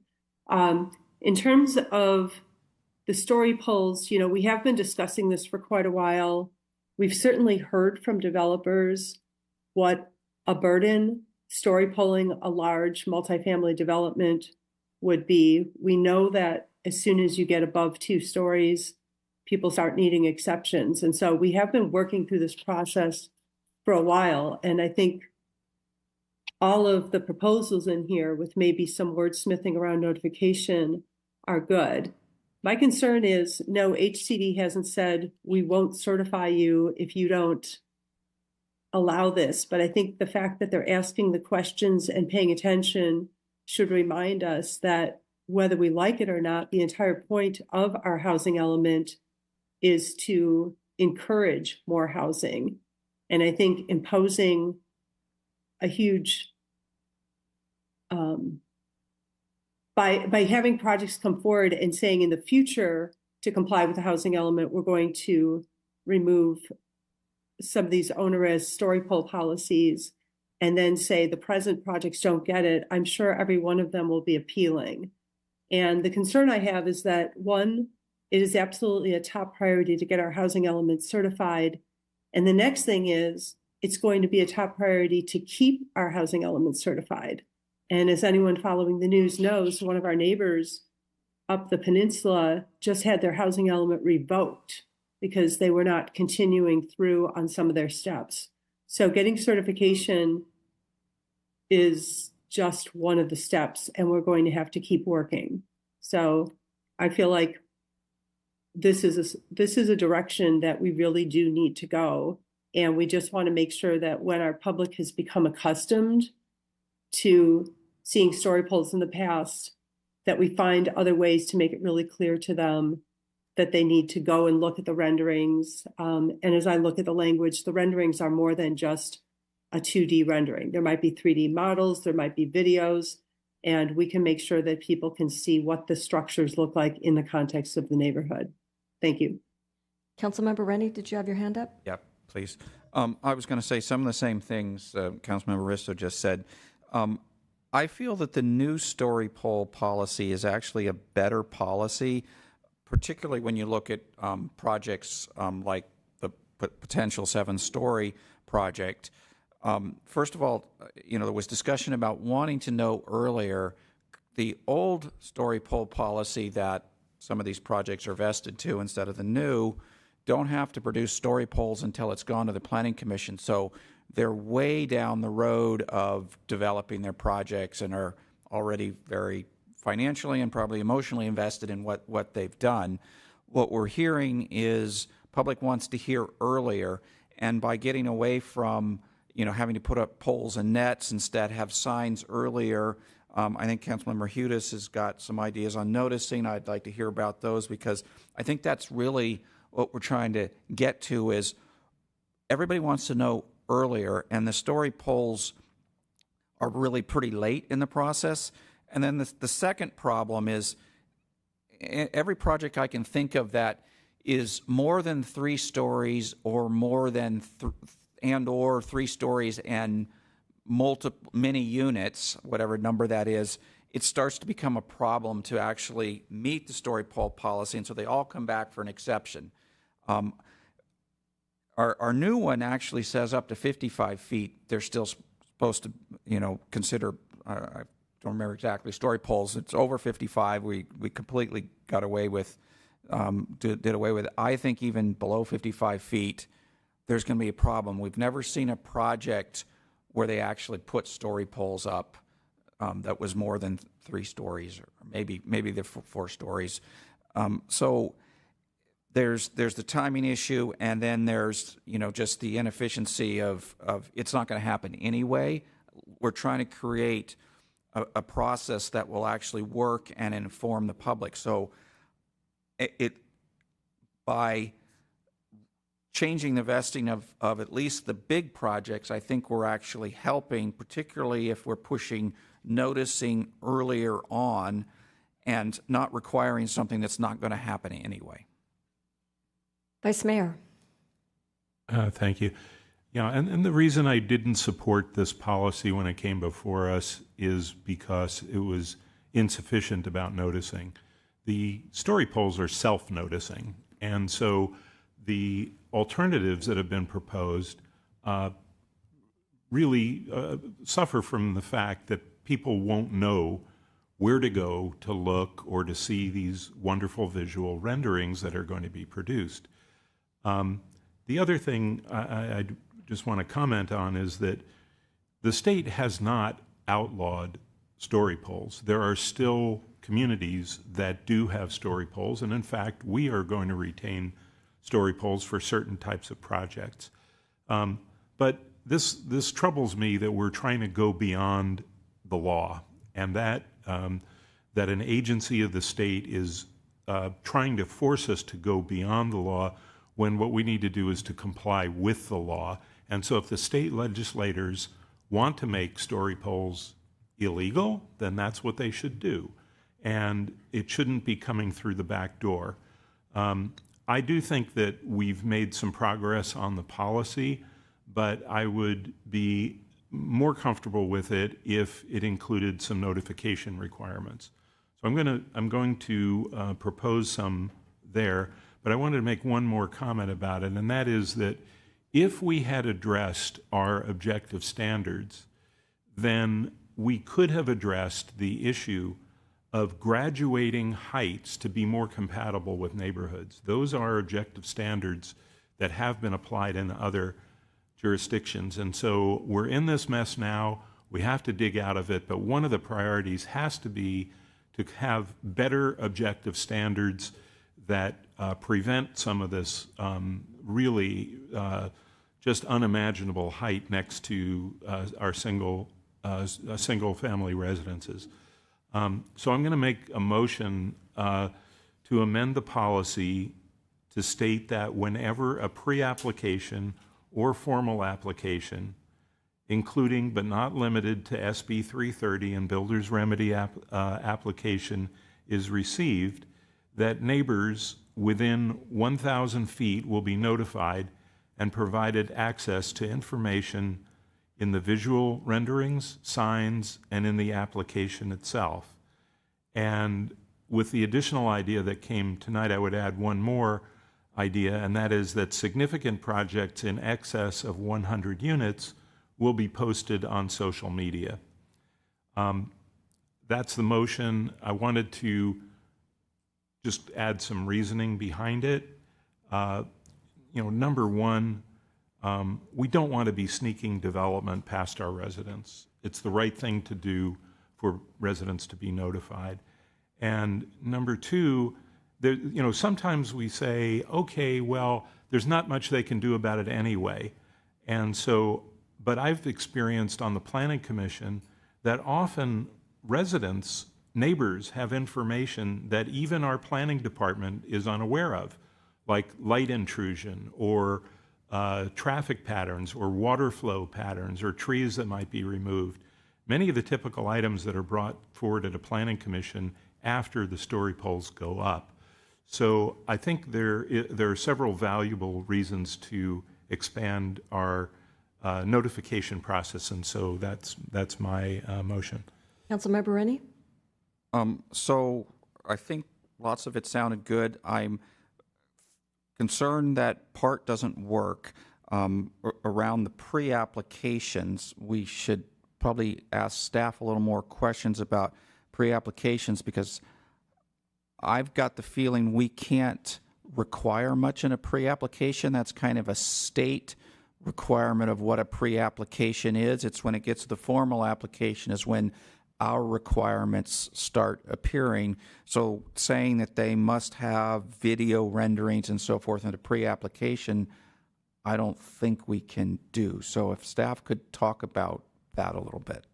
That is correct. We cannot require visual renderings at the pre-application stage or installation of signage or notification of neighbors, but we cannot require the applicant to do any of these things when we're talking about a pre-application under SB 330. But we ourselves could send out noticing to the neighbors when we get it with, I guess we could send out a notice says, there's a big building coming, go to the website for as much information as is available now, kind of thing. It would be possible to have the town take responsibility for that. It looks like the town manager has something to add. We would just need a funding source because we would not be able to ask the applicant to pay for that. And in some of our areas, 1,000-foot noticing would be substantial. Vice Mayor, did you have your hand up? That was sort of my question. Is there any way that we can recover fees for pre-applications either at the time of the pre-application or at when it's deemed formal? I can start, and then the director may have something to add. At this time, we do take in a minor fee for staff's initial review of the preliminary application just to confirm that it contains the 17 items required by the state, but we really are not looking at them any further than that. In addition, if the council were interested in having things like renderings, visual renderings, at that time, that's something that, as part of the current story pole policy, is actually going to be done by a consultant to the town. So again, that would be to the cost of the town. But as I said, the director may have something to add. And the director and then Vice Mayor. Thank you. Joel Paulson, Community Development Director. Just to add, I think that ultimately all of that is accurate, but ultimately if the council makes a determination that they want some noticing, we will look for opportunities. We'll need to check with legal counsel to see whether or not we're able to recoup any of those funds at a future date. My inclination is that we would not be able to, but we definitely can look into that further. Additionally, it's over 3 times the burden of regular noticing for any other project in town, so that would be an additional cost above and beyond even the regular noticing. Thank you, Mr. Paulson. Vice Mayor? Yeah, I would be willing to withdraw and make a little change to my motion to address the pre-application.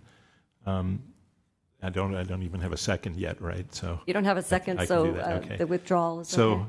Okay. I would amend the policy to state that whenever a formal application, including but not limited to SB 330 and builder's remedy applications, is received, that neighbors within 1,000 feet will be notified and provided access to information in the visual renderings, signs, and the application itself. Then the other sentence would be significant projects, including pre-applications in excess of 100 units, will be posted on social media.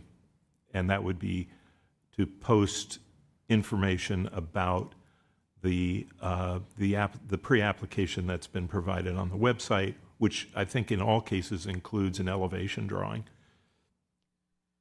I'll second that and look to my fellow council members to see if we have comments. Councilmember Moore?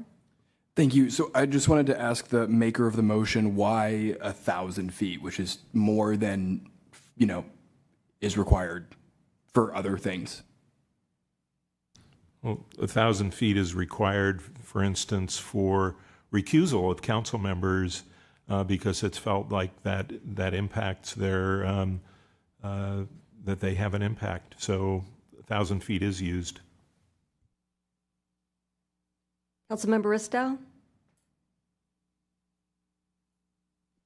Thank you. I have a question for staff. So if noticing is required for a 1,000-foot radius for an application, is that a cost we can recover from the applicant? I can do additional research, but based on my understanding now, the law does not provide for the town to get reimbursed for noticing prior to the formal planning application. In other words, there's no mechanism for reimbursement with an SB 330 pre-application. But we took out the pre-application and we're just talking about the application now. That's true. I did have one question for the maker of the motion, if this is a good time. Okay, yes. I'll pause. Okay, if I understood the first motion, it was that notice would be provided for formal planning applications, including SB 330 and density bonus applications. And the SB 330 is referring to pre-applications, and I think the intent was to only cover formal planning applications, and so I wanted to confirm that. Now I'm confused. Let me read the language.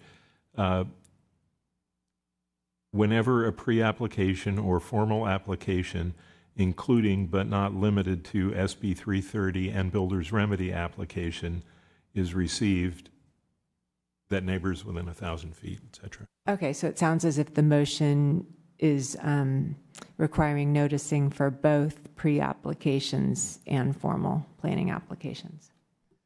No, that wasn't my intention at all. That's why I said formal application. The first motion had the word pre-application, and then the vice mayor withdrew that, restated it with just the formal applications, including but not limited to SB 330, okay, et cetera. But the including but not limited to is then invoking SB 330, and SB 330 is talking about preliminary applications. And I think it sounds as if the intent is to cover formal applications. That's how staff understands it, so that it's formal applications, almost parentheses, SB 330, including but not limited to SB 330 formal applications, builder remedy formal applications. That would be a clearer way to state it. Thank you. Councilmember Rennie? So that just changed to something different than I thought. Including, when you said including SB 330 application, that now tells me it's larger applications where somebody's putting in 20% affordable units, so they qualify for it, so it becomes a larger application. I'm wondering if you're intending for somebody who puts in a formal application to remodel their home has to go through all the money to create a visual rendering and a video. Is that your intent, to go to remodels then? No, I would maybe add the words access to information, to visual renderings, signs, where required, so that it refers back to the requirement. So it doesn't change where those are required. It's just referring back to that and saying that you'd have to notify. If that's an amendment to the motion, then I accept that. Councilmember Rennie? I'd like staffs to tell me what that motion just was, because I'm not quite sure, and they look a little confused too. I thank you for that question. I can give a start to it, and then we'll see whether the team has more to add. The motion that I heard, or the modification to the motion then, would be that whenever any formal application, so this includes all of the types of applications described in the story poll policy, to my current understanding, including any formal applications that are being reviewed under SB 330 or Builder's Remedy, would be required to send neighborhood notification to all neighbors within 1,000 feet, and that they would be provided information. The modification was that they would be provided access to information, visual renderings, and signs where required. So it would be adding this 100-foot notification to all projects, and then the information that that notification provides them the access to is whatever is already described in the policy. In addition, there was also significant projects in excess of 100 units would be posted on social media, including preliminary applications. Councilmember Rennie, followed by Councilmember Moore. So timing of that, I'm not sure he said anything about timing and whether, so is it implied? So for example, I look at an SB 330 application, they submitted a formal application, and then we review it and say, oh, it's not complete yet, but they've already submitted a formal application. So at what point are we implying that they must do the noticing when the town finally says their formal application is complete? Staff would invite clarification on that. At this point, it says when a formal application is received, but if there was clarification as to at what point in relation to completeness or other reviews, that would be helpful. Vice Mayor? Yeah, this is kind of why I was asking some questions earlier today about formal application, because that terminology is not found in SB 330 law. So this needs to be, again, it would seem to me that it would be when formal application is received, but maybe it means complete. I don't know. Again, staff would have to help with that because I couldn't find formal application in the law.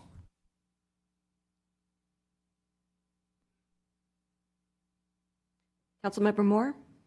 Thank you. So from my understanding of what I'm hearing from staff's understanding is that we would be paying for this.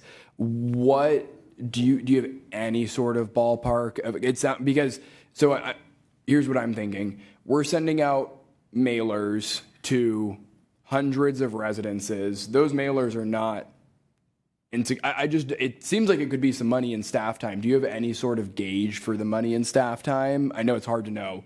We haven't created the policy yet, but. Thank you for that question. And unfortunately, I don't know the numbers off the top of my head. Right now, the requirement is for notification of all property owners and residents within 300 feet. And that has been taken into consideration in the current application fees. But being beyond that, I don't know, our community development director may have some thoughts. Thank you. I think the challenge is it depends on the location. Sometimes you have locations that are near shopping centers or apartment complexes, and so those numbers can increase significantly. This is, I think the early notification is an opportunity for, it's basically we'd be doing double the noticing that we typically would because we're obviously still have to notice for the public hearing when we get to that point. But I think, again, as I mentioned before, we can look to see if there are mechanisms that allow us to require that additional notification and see if we can recoup those fees as part of a development application checklist, but we'll have to work with legal counsel. Councilmember Moore? Thank you for that. That's helpful. Do you know, so if let's say a project was near a shopping center or apartment complex and we did the 300-foot noticing, do you have a ballpark for how much that costs? I don't have the fee study in front of me, but basically it's not just the cards themselves. Obviously we have staff resources with our admin staff. I'm gonna have to deal with that. So I couldn't give you a solid number, unfortunately. Okay. So I would just comment that I would want to maybe soften this motion a little bit to ask staff to have our legal team and our planning team see if this is feasible. Because I really like the intention. I think it'll be good to notice more people. I think that'll be really helpful for making these projects better. I think the more neighbors weigh in, the better the projects will become. But I don't think we should spend huge sums of money without knowing how much it is, especially when we heard from the manager that this is currently unbudgeted. Councilmember Ristow. Thank you. Let's see if I can remember what I was thinking. The first part is, I'm wondering if we can approve the story poll policy and then look back at noticing, when we have some questions for staff and we have more information. That would be one option. And then the other thing I was thinking about is when an application comes in, I mean, if we're talking about noticing people, not a pre-application, but when an application comes in, by the time it comes in and then becomes complete, my question for staff is, won't it change or couldn't it change? And then will we be, I don't want to sneak any development by people, but I also don't want to send something out that they think this is what's being proposed, and then it changes one or more times before the hearings start. So I don't know if staff can let me know if that's a real concern. Thank you for that question. I can speak to that. So with the review of these projects, we are reviewing them at the staff level, both for completeness, as in have they provided the information about what's being proposed in the project plans and materials, and for consistency with our regulations. And that staff technical review process often does result in changes to the design. And that is why in the past, the story poles don't get installed until that staff review process is complete, so that it does reflect what's proposed. At this time, the draft changes to the story pole policy does include signage to be installed within 30 days of the first staff comment letter. And it should at that point include images of what's proposed. I would envision that that would need to be updated with new images if the proposal changes over time. Through the mayor, I guess, that would be my concern is I don't want to hide development. I also don't want to mislead people or have a situation where they see one version and then another version and another version. I think having signage at a site, if a project changes, it's a little easier to update that signage. I also think, we talked about having a QR code there. The latest information can always be there through the QR code, correct? I'm having a little bit of, I like the sentiment. I'm just having trouble with trying to be very prescriptive with what type of noticing we're doing. If it's either going to be misleading or if it's not going to be able to be accomplished. Vice Mayor? Yeah, I think maybe we're clouding the issue a little bit. This is not a motion to change anything about the story poles or the timing of when visual renderings are required. This is simply to notify people when those things happen, because the eliminating the story pole eliminates the notification. And so this is meant to correct that by following the process and simply doing that notification when those events occur. And with regard to the fees, again, I did not hear that we had to foot the bill for these things. What I heard was that we were going to look into ways to have this notification paid for, and it seems to me that it's normal process to do that. And so I can't go in with the assumption that the town is going to be paying for this notification when in fact that type of notification is called for in that payment for that is called for in all cases. So I think it's pretty straightforward. So we do have a motion and a second. Councilmember Rennie. I think there's another problem related to what I brought up before. So we're putting what we said, this is going to affect single-family home remodels, but now we're saying we also want to make it 1,000 feet. So now single-family remodels are going to have to do it to 1,000 feet. And I think what we're really trying to get at is the big projects for this, not somebody remodeling their home. And I maybe go back to, I'm not sure staff completely answered the question that whether they knew or not. So currently we have a much smaller noticing that we require the applicant to pay for. Now we're talking about increasing it a lot. Are you saying that we can't, there would be a legal limit to how far we could charge for? I'd have to research that. I don't have an answer tonight. But Okay. through the mayor, to your previous point, though, just to call out, the only projects, there's 3 categories of projects that are allowed to use alternative video rendering in place of story poles. Those are affordable housing projects where 30% of the housing units are deed restricted to below market price, or 20% are deed restricted to low and very low.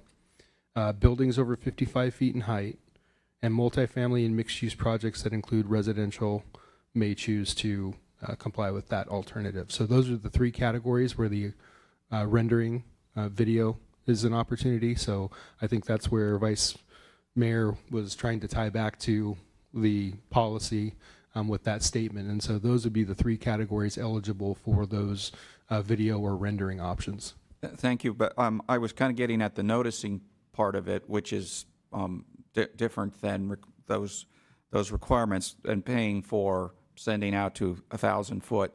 And the second part of the problem becomes, okay, they've submitted, we're talking about some point in the formal application, which maybe it's going to change as staff reviews it, or change before it gets to Planning Commission. Are we going to make them pay to send it out again? I think an SB 330 application can change by 20% of units and still be the same application. So that could look like a very different rendering also. So we need to think about, well, how many times if we're trying to notice early, that's great. Then what happens when they make significant changes that still keep it in the same application, but maybe looks very different? So some more things to think about on this. Councilmember Moore? Thank you, Mayor. Yeah. So I'm still not totally clear on what this motion would require. And so I think what would make more sense, so at this point I'm not planning to support this motion. I think what would make a lot more sense is for us to finish talking about the story poll policy itself and then ask staff to bring back a noticing agenda item, because I think this is a important conversation that should have a lot of thought put into it. I would love the idea of posting visual renderings of proposed projects on social media. I think that will help people much better understand what is being proposed in the town. I think that's an excellent idea. I think that more noticing overall is going to be really, really important, because I think folks in neighborhoods weighing in on these major projects is going to make the projects a lot better. I don't necessarily think that this is the perfect way to do that, and so I think I would be more supportive of bringing back an item, hopefully, somewhat shortly, for us to talk about noticing. All right, I have a motion and a second, and so I am going to look to Ms. Wood to call the question. Councilmember Isto? No. Councilmember Rennie? No. Councilmember Moore? No. Vice Mayor Hudes? Aye. Mayor Badami? Aye. Motion fails 3-2, with the Vice Mayor and Mayor voting yes. Councilmember Ristow, followed by Councilmember Moore. Thank you, Mayor. I think what I'm hearing is that we support the spirit of the motion, but I think some of the details need to be ironed out. And, I think if we bring the noticing back, we can get further into where the noticing happens, when the noticing happens. I mean, I'm concerned about something that goes from a pre-app to an application, either changes a bunch of times or just falls out and never happens. And people who have been noticed about it will then be thinking they missed the planning commission meeting or something. So I think we really need to think through what is the best way to get information out to people, because I want as much information going out, but I also want it to be clear and not misleading. So I'm thinking that we should move forward as discussed with this story poll policy, and then go back and revisit some of the noticing later. So I would like to move that we adopt the resolution in attachment 14 based on Planning Commission recommendations, modifying the height pole and netting policy for additional new construction. Councilmember Moore. Second. Vice Mayor. I'll just comment, I will not be supporting the motion. I believe that the changes to the policy, in fact, work to hide development from our residents. I think we had an opportunity tonight with a simple method of notification, and we've chosen again not to take that. And so, again, we have a 3-2 vote that favors development without clarity. And so I strongly am opposed to this change now. I'm also opposed to the changes that are being made to that are what I view are that go beyond the law. And so I'm not supportive of this. I will not be supporting it either. I don't believe in bifurcating the story poll policy, because that's what we would be doing with the notification. And I don't know what would happen at a later date when and if the notification process comes back to us for further discussion. So with that, I will look to Councilmember Rennie, who had his hand up. So I have a different perspective. I don't think this furthers development. I actually, again, it's moving the notifications up sooner. It's not removing story poles from anything that wasn't going to actually build the story poles anyway, because they were going to be too tall or too big. We end up never actually doing that, and it's too late in the process. So I think this is an improvement, not a degradation. I completely agree that we should look at the noticing. I completely disagree that it was simple. I came up with, I don't know, was it 5 different places I was worried it was, I almost want to swear, turn into something, I won't use the swear words for it, but it turned into a big mess. So I don't think it's simple, and would like to have staff help us think through it and come back with, I think we all agree with the spirit of the motion, but there's many places that it can get into problems, and so I was hoping that staff would bring it back with some of their thoughts to help us come up with a maybe not bulletproof, but closer to bulletproof way to implement the spirit of the noticing. Councilmember Moore, followed by Councilmember Ristow. Thank you, Mayor. Yeah, and I agree with everything that Councilmember Rennie just said, and I will also add to not to beat this dead horse too much, but HCD explicitly told us that in order for our housing element to be compliant, we have to modify our story poll policy. So if we want to have a compliant housing element and end builder's remedy existing in the town of Los Gatos, we have to modify this story poll policy. And so I think that is incredibly important. I think that is by far the majoritarian view of people in the town, is that do what is required to stop the builder's remedy, and this is doing that. All right, we have a motion and a second. Councilmember Ristow. Thank you. Yeah, the comment I wanted to make was, I think the intention of this and all of the work we've done to update the story poll policy, while we may for very large buildings be saying that, you don't have to have the big orange netting, which we know wasn't going to happen anyway. We'd be constantly looking at exceptions. At one point, we didn't have story poles. And I think our public found them useful. I found them useful. I think the impact of seeing the story poles tells people what's going on. I appreciate the input from residents and other council members about how we can make our noticing process better. But with this change, we will be notifying people earlier. We'll be notifying people in, I think, a better way. I know that the story poles would get my attention, but it really didn't tell me what the building looked like. It wasn't going to be orange. It wasn't going to be see-through, and it was harder to get the context. So I think we're going to be requiring our developers to come up with much better visualizations of how that building will fit into the neighborhood. People may not be able to actually see it right out their window, but they'll be able to see a rendering of how the building fits into all of the surrounding other buildings. You'll be able to see the height differential. You'll be able to see the massing. And I think more information will be conveyed. I do think that we can always do better on noticing people. And so I look forward to this coming back, the noticing part, as another item where the staff has time and maybe council members and the public have more time to think about what makes the most sense to practically keep our public informed. Thank you. So I would just like to comment that if we really wanted to stop builder's remedy, we had over a year to do so. Builder's remedy had more to do with not having a substantially compliant housing element, and we have not had one for a very long time. In fact, we've actually submitted 6 drafts.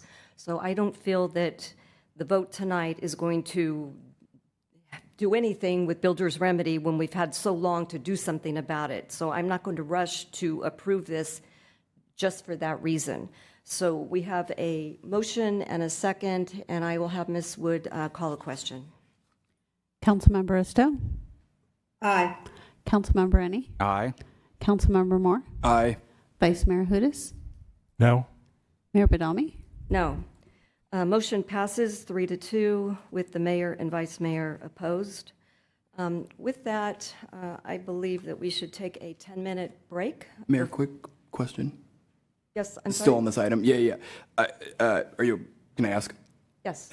Do you want a motion to bring back a noticing policy, or does staff feel like is that consensus from us as a council? I just want to make sure that we're all on the same page. We heard it pretty loud and clear. Yes, Okay. I'll work with the mayor, and then I'll also confer with the team so we can bring that back to you. Great. Thank you very much.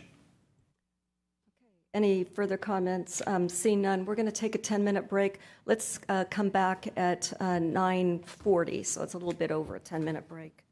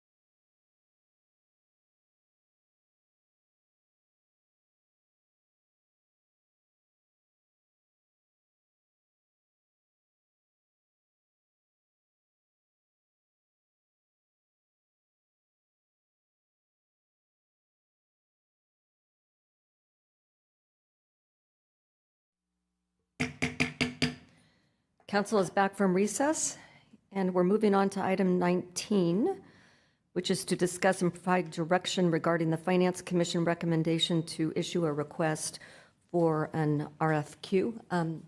Gita, welcome. Thank you very much. Good evening, Mayor, Council members. Gita Ungvari, Finance Director. The item in front of you to discuss and provide direction regarding hiring a separate entity to assist the town of the preparation with the annual financial comprehensive report. At the December 11th, 2023 Finance Commission meeting, the Finance Commission made this recommendation that the town council adopt a practice to hire a separate entity.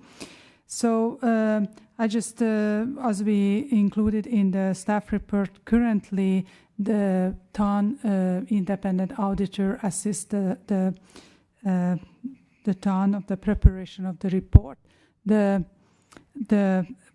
Preparing the financial tables and all the content is the responsibility of the town management, but compiling the entire document together and publishing the report, that's really need a specialized software, and we really need a quick turnaround to do that. So staff is recommending, if the council wants to go to the direction that the current independent auditor wouldn't be the one who is helping the town, we should find other entity who would do it. It would be either another audit firm, or we might have other consultant out who are just doing preparing of the ACFR.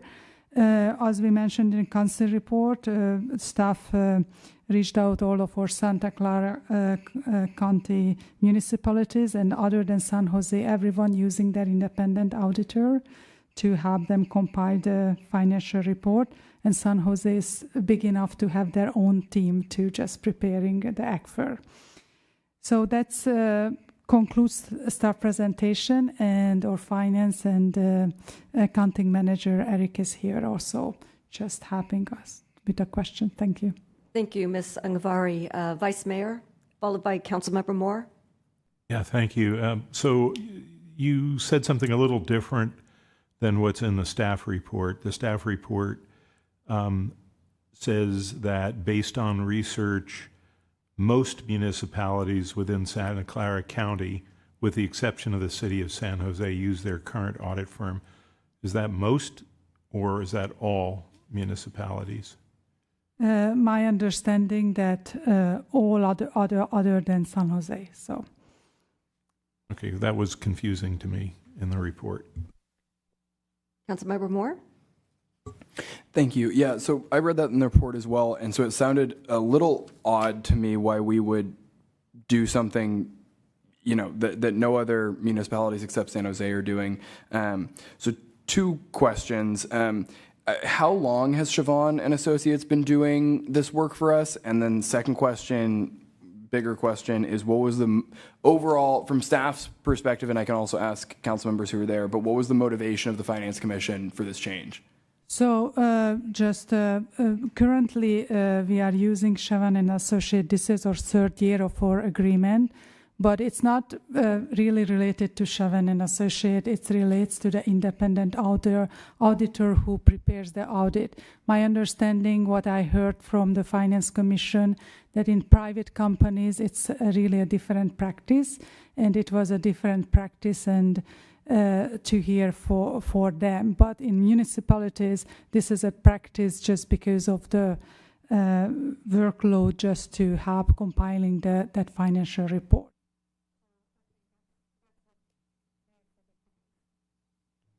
Okay, got it. Thank you.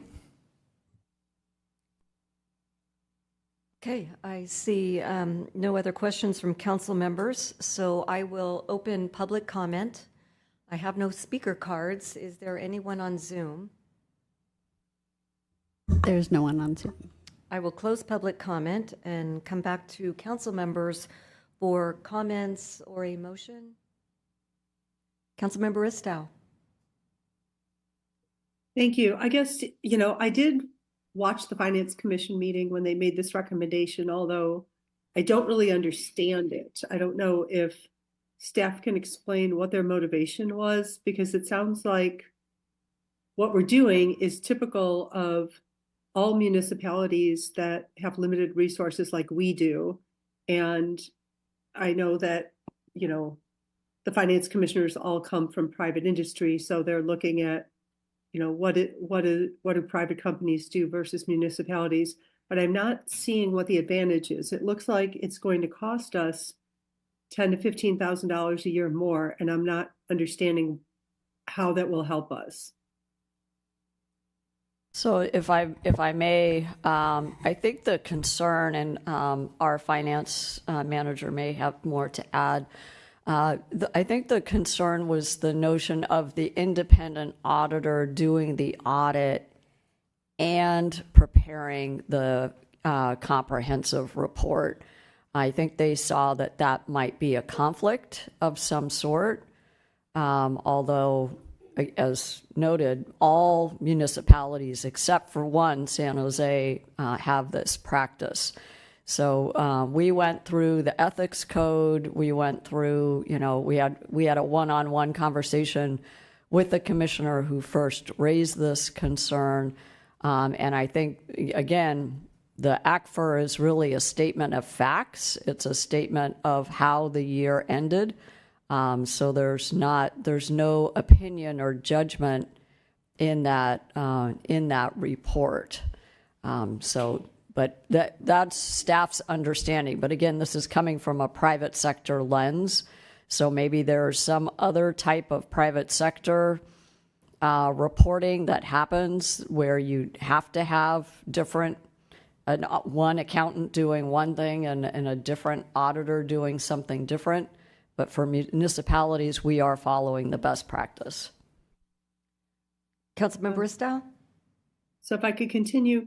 Yeah, I mean, what I'm thinking is, when I see everything else, the way government has to go out for bid, just all kinds of financial, how we have to keep track of money in different pots, it's so different than private industry that it seems like we have a strong ethics lens on everything we do.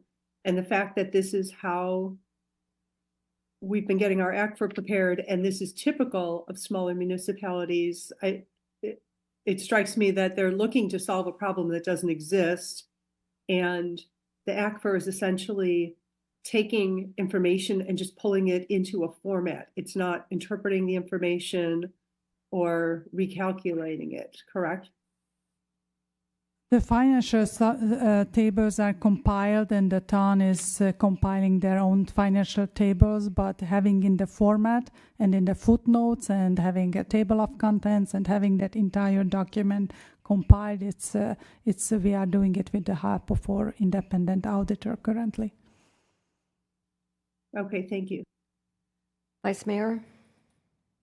Yeah, I would just comment that, having seen the staff report that said most, and now hearing all, I haven't had a chance to look at that myself. I'm shocked that all municipalities use the same firm. And just to explain, if I am correct about that? I'm sorry, probably I wasn't clear. So what he said, most municipalities, and because San Jose is not in Santa Clara County, so I use that word, using their own independent auditor to help them compile the financial statement. And the town, the last 20 years at least, we always used our own independent auditor. And the independent auditor, by best practices, we usually change every 5 years. So, but it's just their own independent auditor, so not the very same firm. So it's really, and then I just want to say that the Finance Commission didn't have any observation because of our current auditor. It's just their understanding of the independent auditor shouldn't help preparing the financial statement just because this is against the private practice. Okay. So not having had the chance to look at that, I'm having a hard time responding to what I've just heard. I would maybe just explain, as someone who has much less experience than our Finance Commission, they have many more years of auditing CPA experience than certainly I do. But my understanding in the reason why this is done is to provide an objective eye on the financial reports. And it puts the auditor in a more objective position of never reviewing their own work. This is a common practice in GAAP, generally accepted accounting principle accounting, and it's a practice of all public corporations. It came about as a result of Enron and many other accounting scandals. It's just good practice. And so not understanding, the all situation without being able to look at that, I am surprised, but there's a very good reason why you do not hire your auditor to review their own work, and that's what this suggestion is to do, and I believe that our Finance Commission's experience should carry some weight in this. Councilmember Rennie? So I think the question we need to think about is, what is the auditor auditing? And we don't have the slides in front of us every time. He says, okay, here's what my job was. And one of them is to make sure the controls are all there, look for material weaknesses, things like that. So if you maybe you have it in your memory, you've seen it so many times, what exactly is the auditor auditing? And I probably should invite Eric to answer to this question. Thank you. Hello. Loud. I'll keep it away from me. Hi, Mayor, Vice Mayor, Council.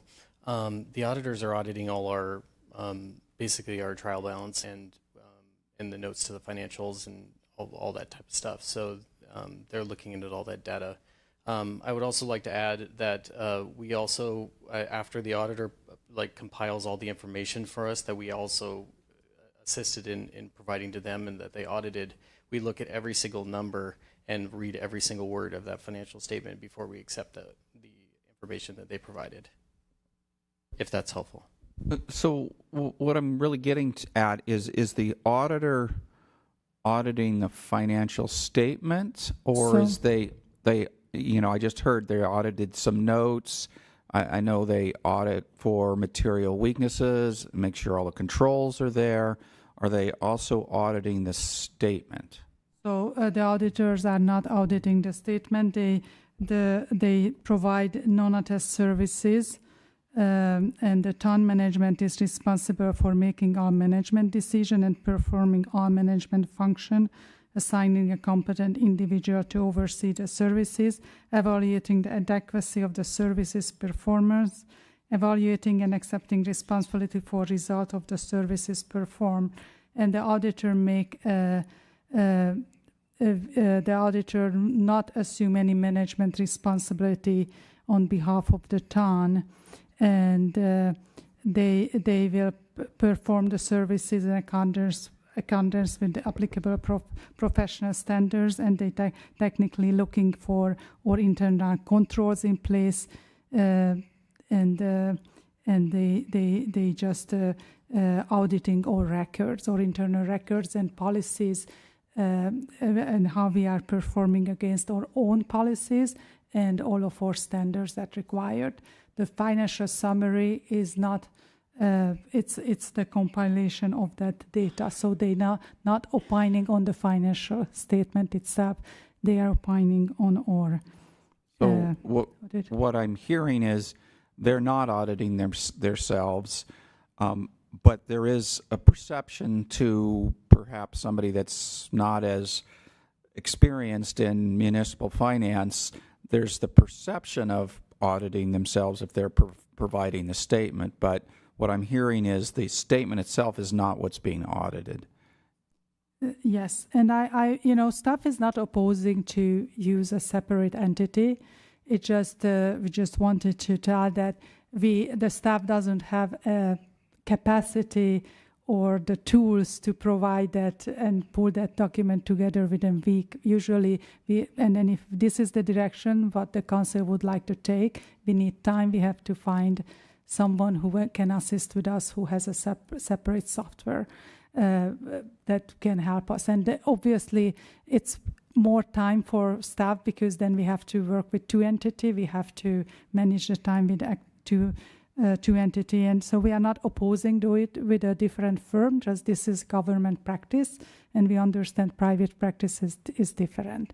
And it's can be a good practice. And I'm okay with that. I prefer, I know our department is staffed for efficiency, so there isn't I wouldn't want to drag them down trying to do this work instead. That's fine. I'm just trying to make sure we understand exactly what they're auditing. So anybody that's listening, it's not as egregious as it sounds. It's more of a perception than a real problem. Vice Mayor? I just want to read from the table of contents. Independent auditors report on internal control over financial reporting and on compliance and other matters based on audit of financial statements performed in accordance with government auditing standards.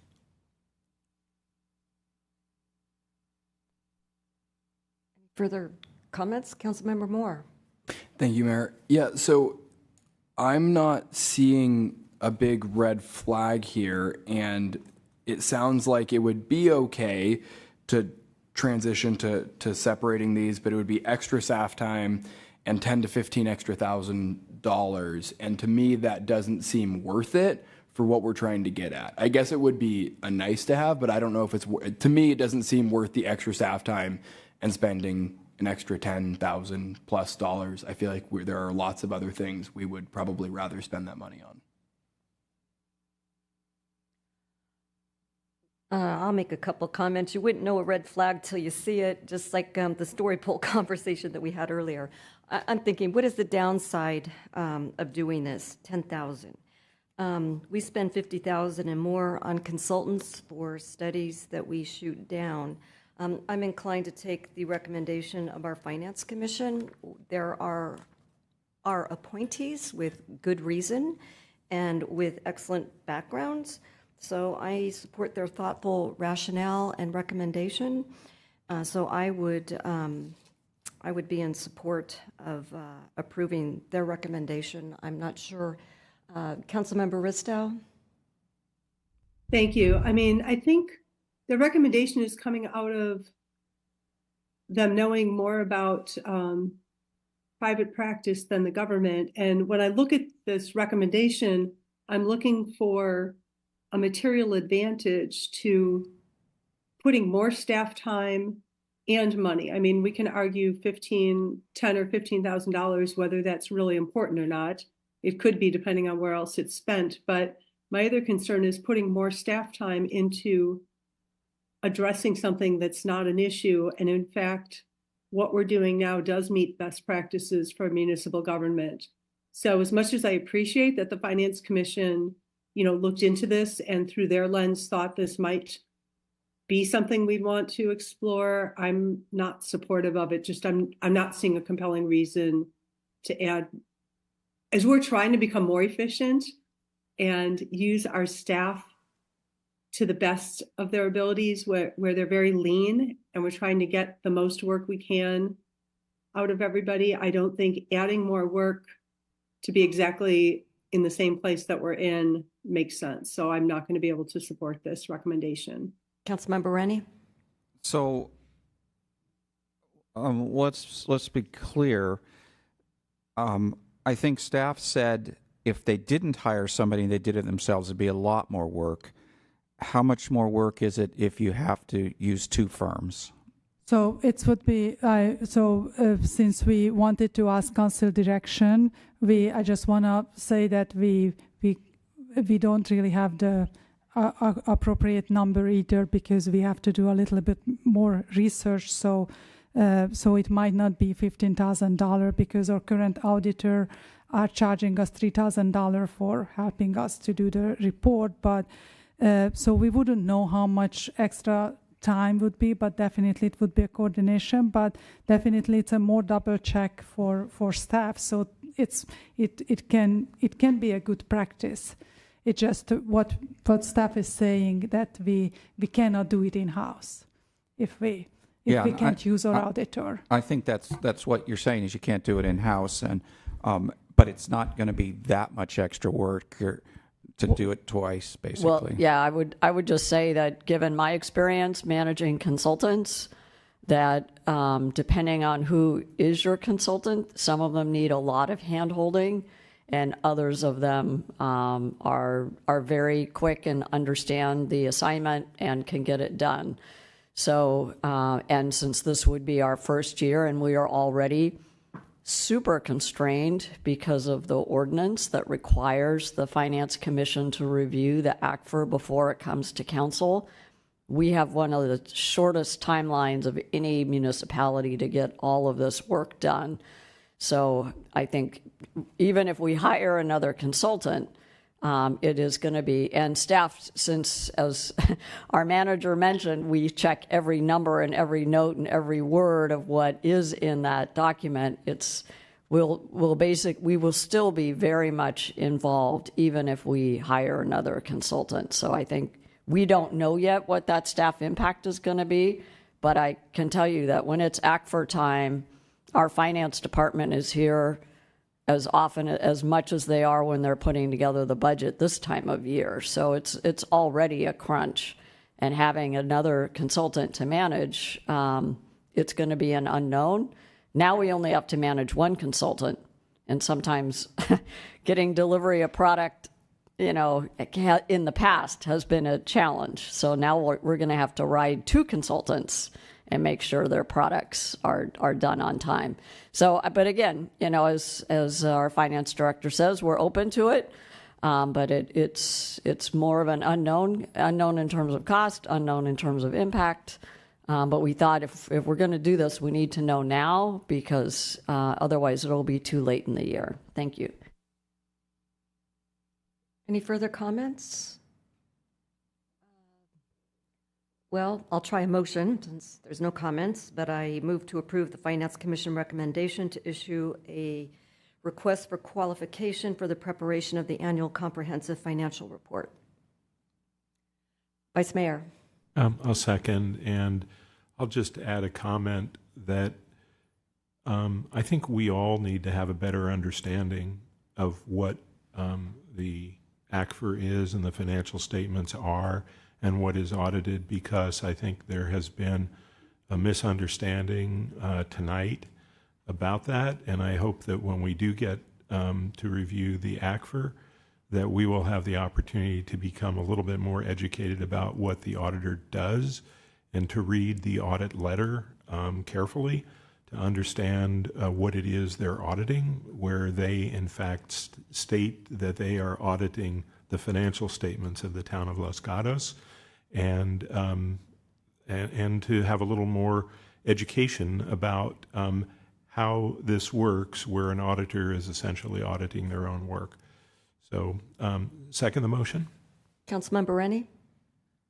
So again, I'll go back to, I don't think this is a big red flag, but it seems like it's worth doing, but we should be acknowledging to ourselves that we're hitting the staff with some inefficiencies. We've asked them to be more efficient, and yet we keep coming up with ways for them to be less efficient. This clearly is a way to be less efficient, but I'm going to support the motion in this case. Councilmember Moore. And I'll just comment that I appreciate the recommendation for the Finance Commission. I'm glad they're being thoughtful about this. From my understanding, this is just not worth it to put this on this extra consultant management on our staff. It sounds like we're getting a screaming deal at $3,000. I think there's no way that the next consultant is not more expensive than that. So I think this is not worth it. But I do appreciate the recommendation from the Finance Commission. All right, Ms. Wood, can we have a roll call vote? I'm sorry, Councilmember Bristow, I didn't see your hand up. There I am, hiding in the corner. Yeah, thank you. I guess my concern is that the ACFR is taken from, it's a reformatting of a lot of the financial statements. So the auditor is auditing the financial statements and then creating the ACFR in another format. So I don't think we have an auditor auditing their own work. I have a question. I mean, this isn't meant as a criticism, but everything about the Finance Commission is creating a crunch time for the staff in terms of how soon everything has to be ready, more so than ever. And adding this other layer and a new consultant seems like it's going to really impact how the work gets done. I'm wondering if the council wants to consider accepting this recommendation, if we can make it active to next year, like not put it in place this year, continue with what we've got so that there's more time to look for another consultant and make sure they understand the scope of work and don't need a ton of hand-holding, and that we're not slipping this in at the last minute. I don't know if there would be consideration for that. Councilmember Moore. If that's a substitute motion, I would second it. Well, I don't mean it as a substitute motion. I'm asking if that would be a friendly amendment, that if we go forward with this, that it not take effect this year, but next. Vice Mayor? Question for staff. Would it be easier to implement this change next year versus this year, given where we are in the schedule? I don't know how much has been done and what else has to be done. So I would say that probably for us, we are still before our interim audit, and I think we if we find a consultant and we still have adequate time to implement it this year, it wouldn't be, because then we would just wait for next year, because we would just have to work with our next year information. Okay, thank you. Okay, I will have Ms. Wood call a question. Councilmember Risto? Not seeing a compelling reason to do this. I'll vote no. Councilmember Rennie? Aye. Councilmember Moore? No. Vice Mayor Hudas? Aye. Mayor Badami? Aye. Motion passes. Councilmember Moore and Councilmember Ristow opposed. We will now move on to item number 20, which is to authorize the town manager to negotiate an animal services agreement between the town of Los Gatos and the Silicon Valley Animal Control Authority. We're ready for a staff report. Captain Tada, welcome again. Good evening, Mayor, Town Council, Clinton Tada, Support Services Captain for the Police Department. Before you tonight is a staff report requesting the authorization for the town manager to negotiate an animal services agreement between the town of Los Gatos and the Silicon Valley Animal Control Authority, and direct staff to bring back an agreement for the town to participate as a member of the SAVACA Silicon Valley Animal Control Authority Joint Powers Authority, JPA. For historical reference, the town entered into a 20-year agreement for animal services with the city of San Jose back in 2004. At that time, the town made an initial capital contribution in the amount of $300,000, in addition to an annual operating cost of $164,000. Over time, that annual operating cost increased to $262,000, what it is as of this year, fiscal year 23-24. Over time, this agreement is set to expire in June of 2024, for which staff has conducted research in identifying an alternative animal service provider for the town. As referenced in the staff report, some of the factors for consideration to transition away from the City of San Jose Animal Control to the Silicon Valley Animal Control Authority included annual operating cost increases, service delivery and capabilities, and governance model for each program. The City of San Jose has a new renewal agreement model, which would require an initial minimum 3-year at $289,000 annually, with additional 4% increases each year thereafter. SAVACA, on the other hand, would most likely require an initial capital or equipment contribution to the JPA estimated at $100,000 and an annual operating cost estimate for the first year of approximately $239,000. Although it's important to note that the annual operating costs for each participating agency are at the discretion of the JPA and are often proportionately divided based on jurisdiction, size, and population. Estimated field calls for service annually and the estimated boarding and intake at their shelter. Other JPA fiscal needs for facility and staff operation are also evaluated and included in those proportionate divided costs. Savaca currently services the neighboring cities of Los Gatos, to include Monte Sereno and the city of Campbell, and other major cities such as the city of Santa Clara and the city of Mountain View. While both service providers operate in a 24/7 capacity, staff believes that based on geographical deployment of Savaca staff servicing neighboring communities, the town would benefit from quicker response times, availability for follow-up investigation, and increased proactive animal service patrols. Staff has spoken to representatives from the city of Monte Sereno, the city of Campbell, city of Santa Clara, and the city of Mountain View, who all provided positive feedback on their experience working with and utilizing Savaca services. Contrary to the city of San Jose, which establishes agreement terms and costs based on their own staffing resources and operational deployment models, Savaca has an established JPA agreement in which each member agency has a board representative from their respective city or town councils. This model allows each jurisdiction direct control by its elected officials over the authority's operational and budgetary decisions.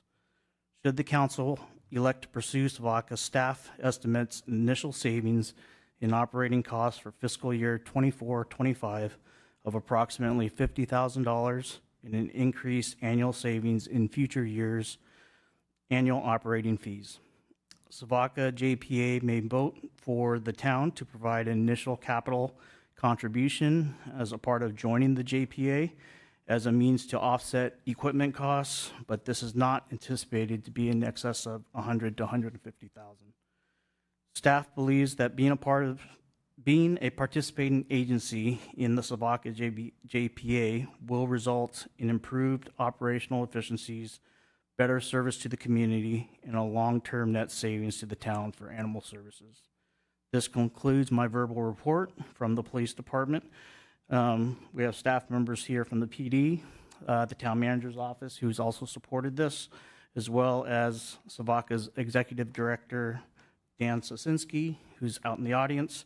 We're all available here for questions. Councilmember Moore. Thank you, Mayor. First, thank you very much for your report. It's very thoughtful and thorough, and I love that you all are bringing this forward. I think this is a super exciting potential change. I didn't really understand how our animal services worked in Los Gatos before reading the report, so thank you for that. I wanted to understand, so I'm hearing that there are efficiencies there. It sounds like we'll have better oversight, potentially better service, more geographical, efficiencies with the other agencies. Those all sound good to me. I wanted to understand, and I tried to read this in the contract, but didn't see anything. Are there major policy differences between the two agencies in terms of approach to animal welfare, bite policies, surrender policies, anything like that? Are there any big things to be aware of that will be, changing? So staff doesn't anticipate any major changes to any of the policy and directives that go along with the animal services. Obviously, each individual agency will have their own practices on what occurs at their facility and with their deployment models. But as far as what they enforce and how they enforce things, a lot of that comes back to what are the municipal town codes by each jurisdiction. And obviously, they would also look at what are Los Gatos town codes to enforce. Got it. Okay. Thank you. Vice Mayor. Yeah, thank you. And it's really exciting to see operational efficiencies coming forward when we are facing budget crunches, and this one appears to have a lot of documentation about the operational efficiencies. I guess I wanted to just explore a little bit in terms of customer satisfaction. Do we have any information about whether other municipalities are satisfied when they've made this kind of change? Yes, thank you for the question. So I have spoken verbally to the participating agencies of SVACA currently, all of which are very pleased with the services that they are providing to their communities. We didn't discuss in detail as to when they made the change from whatever services they had previous to making this change to SVACA, but in general, the services that were currently being provided were very much positive. Great. Well, thank you for coming forward with this. Any further questions? Seeing none, I'm going to open public comment. I have no speaker cards. Are there any hands raised on Zoom? There's no one on Zoom. I'm going to close public comment and go back to my council members for comments or a motion. Vice Mayor? Prepared to make a motion for the council to approve authorization for the town manager to negotiate an animal services agreement between the town of Los Gatos and the Silicon Valley Animal Control Authority, and direct staff to bring back an agreement for the town to become a member of the SVACA JPA. Councilmember Istow? I'll second the motion. Comments? Seeing none, I'll have Ms. Wood call the question. Councilmember Istow? Aye. Councilmember Rennie? Aye. Councilmember Moore? Aye. Vice Mayor Hudas? Aye. Mayor Badami? Aye. Passes unanimously. All right, thank you. Moving on to item 14, which was removed from our consent calendar, and that was to authorize the town manager to execute the First Amendment to the contract with DKS Associates to modify scope of services and increase compensation. Ms. Burnham, welcome. Good evening, Mayor and Council. No formal presentation from me tonight. This item is just follow up from our discussion on April 2nd, where staff received direction to evaluate some of the options that might be available for us and recalculate the traffic impact fee or transportation impact fee that have been adopted in January. This item would allow us to move forward working with the consultant to execute the changes and the options that were evaluated. The net change to the contract is a total of about $6,000 because there was funding remaining from their original agreement. And with that, I'm open for questions. Thank you. Any questions from council members? Seeing none, I will open public comment. I have no speaker cards. Any hands raised on Zoom? There's no one on Zoom. Okay, thank you. I'm going to close public comment and go back to my fellow council members for comments. Vice Mayor? Question. Was this discussed at the Finance Commission meeting, or was there something related to this discussed?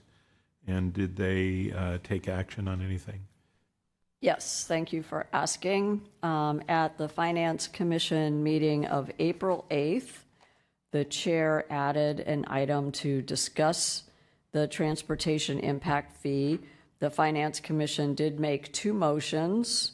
One motion pertained to recommending that the town council involve the Finance Commission to work jointly with staff and the consultants in an independent assessment of financial risk associated with the Nexus study and the update.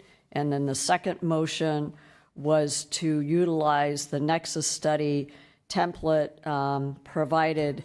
The motion stated HCD, but the actual attachment was from the Turner Center of UC Berkeley to update the transportation impact program. So there was quite a bit of discussion. Most of the discussion by the Finance Commission pertained to legal issues and policy issues, not financial issues.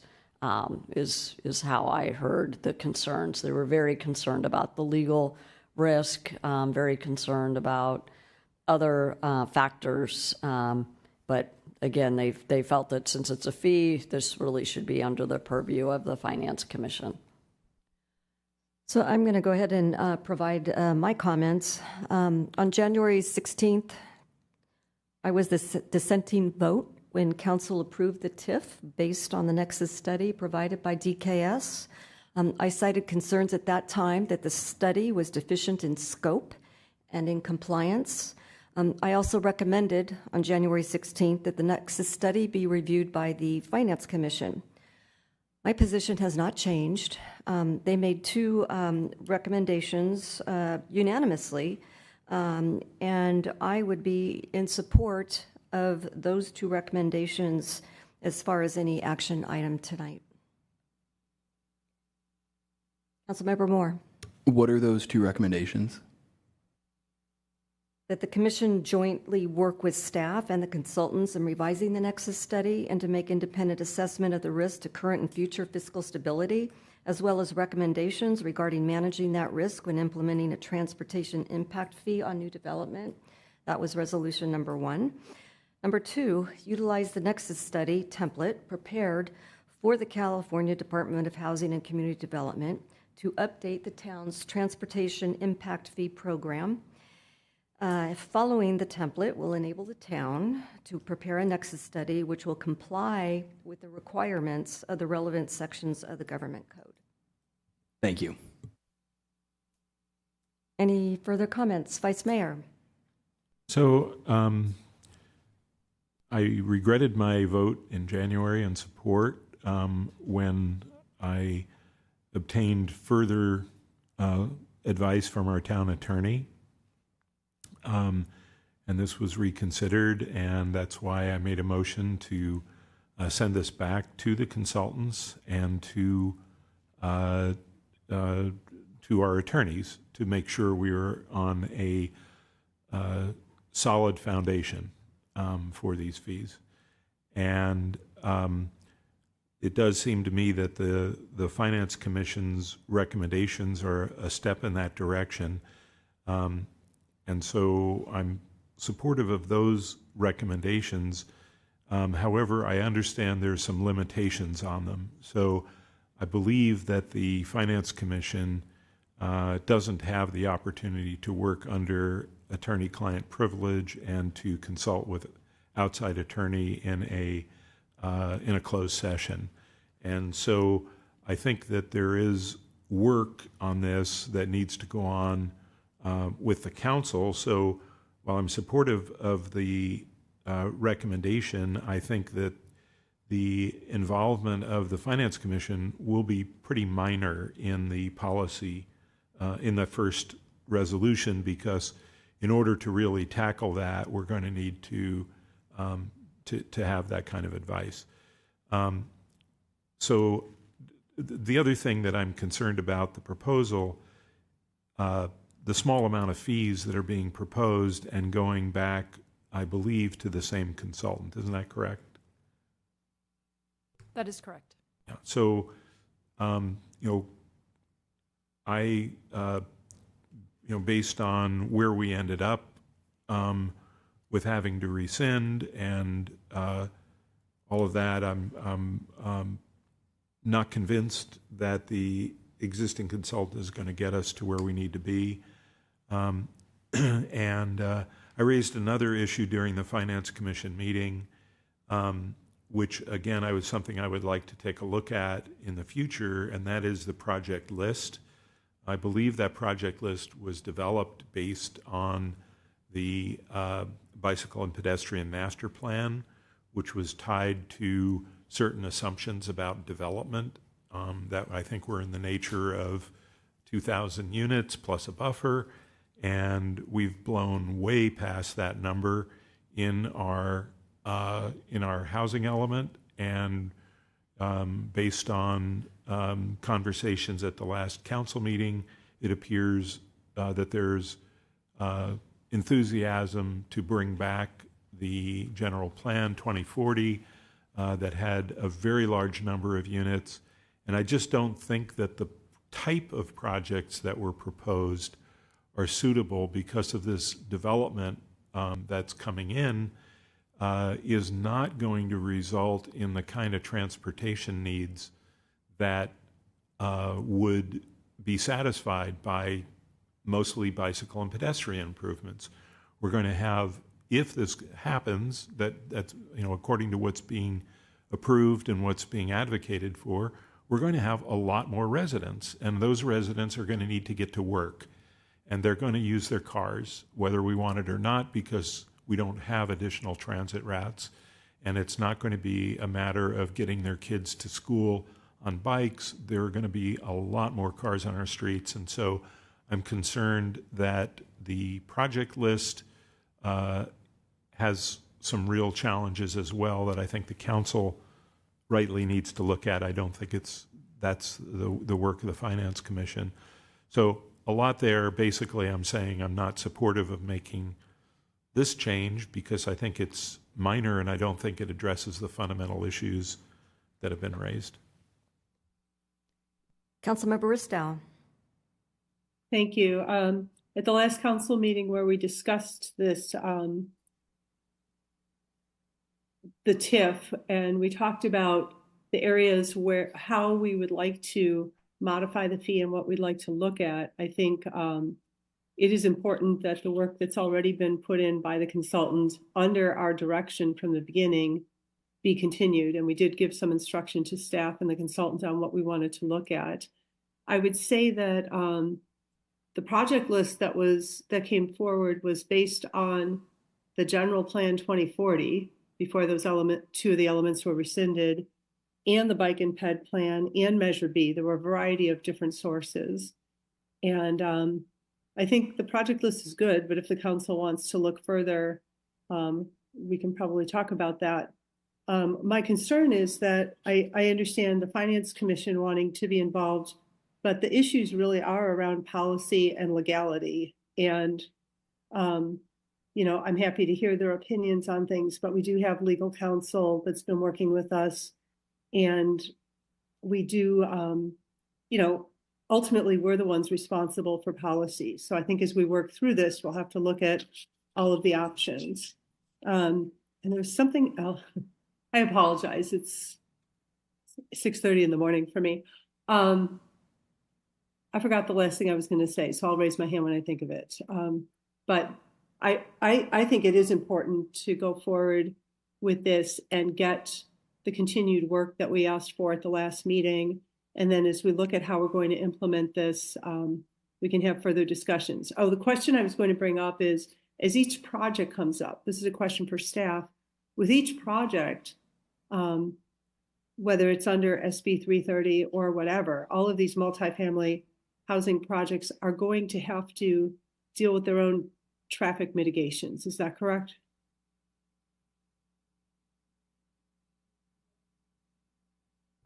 Yes.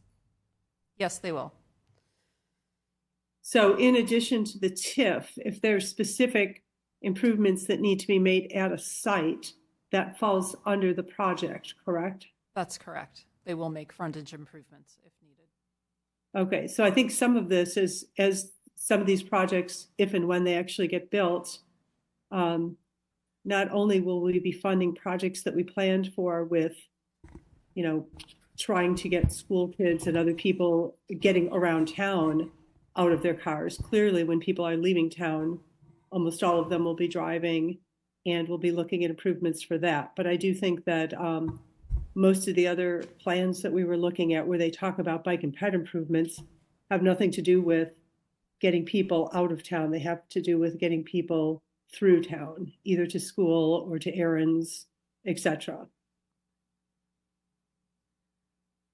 Councilmember Rennie. So we did work on a lot what we wanted changed in the previous council meeting, says on April 2nd, and gave direction on what we thought we needed to fix in that. And my listening to the discussion in Finance Commission is we're pretty aligned on that. I heard comments from the Finance Commission, the members, they weren't worried about the list of projects, which we actually spent a long time talking about and working through, and the consultant spent a long time evaluating which projects were not really eligible. So a lot of work's already been put into the projects. The big issue was, are we fairly distributing to the new projects? And that's really what we asked staff to go work on. The question tonight that I think is really relevant is, do we want the same consultant to keep working on? That's really what's in front of us. I don't think we want to go changing the direction we gave from the last council meeting. It seems, they've already done all the work. It seems like it's, to me, probably a good idea to go ahead and stay with this consultant. We gave them direction before that sent them on a certain direction, and now, in retrospect, we'd like them to do a little more work and look at maybe a different way of approaching it, how we allocate, and I think they're perfectly capable of doing that. At the same time, we also gave direction to DKS to comply with state law, and their study did not. So if we were to stay with them, I would ask them to do the job that we asked them to do with the money that we've already allocated without spending extra funds. Councilmember Ristow. Thank you. I just want to make sure that the public record is clear, and I want to confirm with staff, nothing they did violated state law. Is that correct? Not that I'm aware of. I think one of the issues we came up against was a potential interpretation of some laws. And my understanding with a family of lawyers is that law is always kind of in flux, that at any time there can be an interpretation that either renders a change or upholds something. And the direction they went where we asked for it is not against the law. It's just potentially vulnerable to future ruling. Is that correct? I can address that. The consultant used a historic level of investment analysis, which has been used by other jurisdictions, but it hasn't been tested in court yet. Okay, thank you. I just want to make sure that the public record indicates that they did not create anything that was not legal. I don't think it was a matter of violating the law. I don't think it complied with the Traffic Mitigation Act, and I think there was a certain government code section that was cited. There's a government code section that requires that new development pay only its fair share of the cost of new improvements, and the town needs to demonstrate that those improvements are needed to serve the new development. And I think that the method that was used to determine the fair share is untested. And so while I have a chance, I wanted to note that the agenda describes this agenda item as execution of a First Amendment to the contract with DKS to modify the scope of services and increase compensation. And so the Finance Commission did make a couple of recommendations that have started to be discussed. And so those recommendations can be acted upon so long as they're related to the scope of services or the compensation to this consultant. If there are Finance Commission recommendations that are not related to those topics that are on the agenda, the council could vote to place those topics on a future town council agenda for discussion.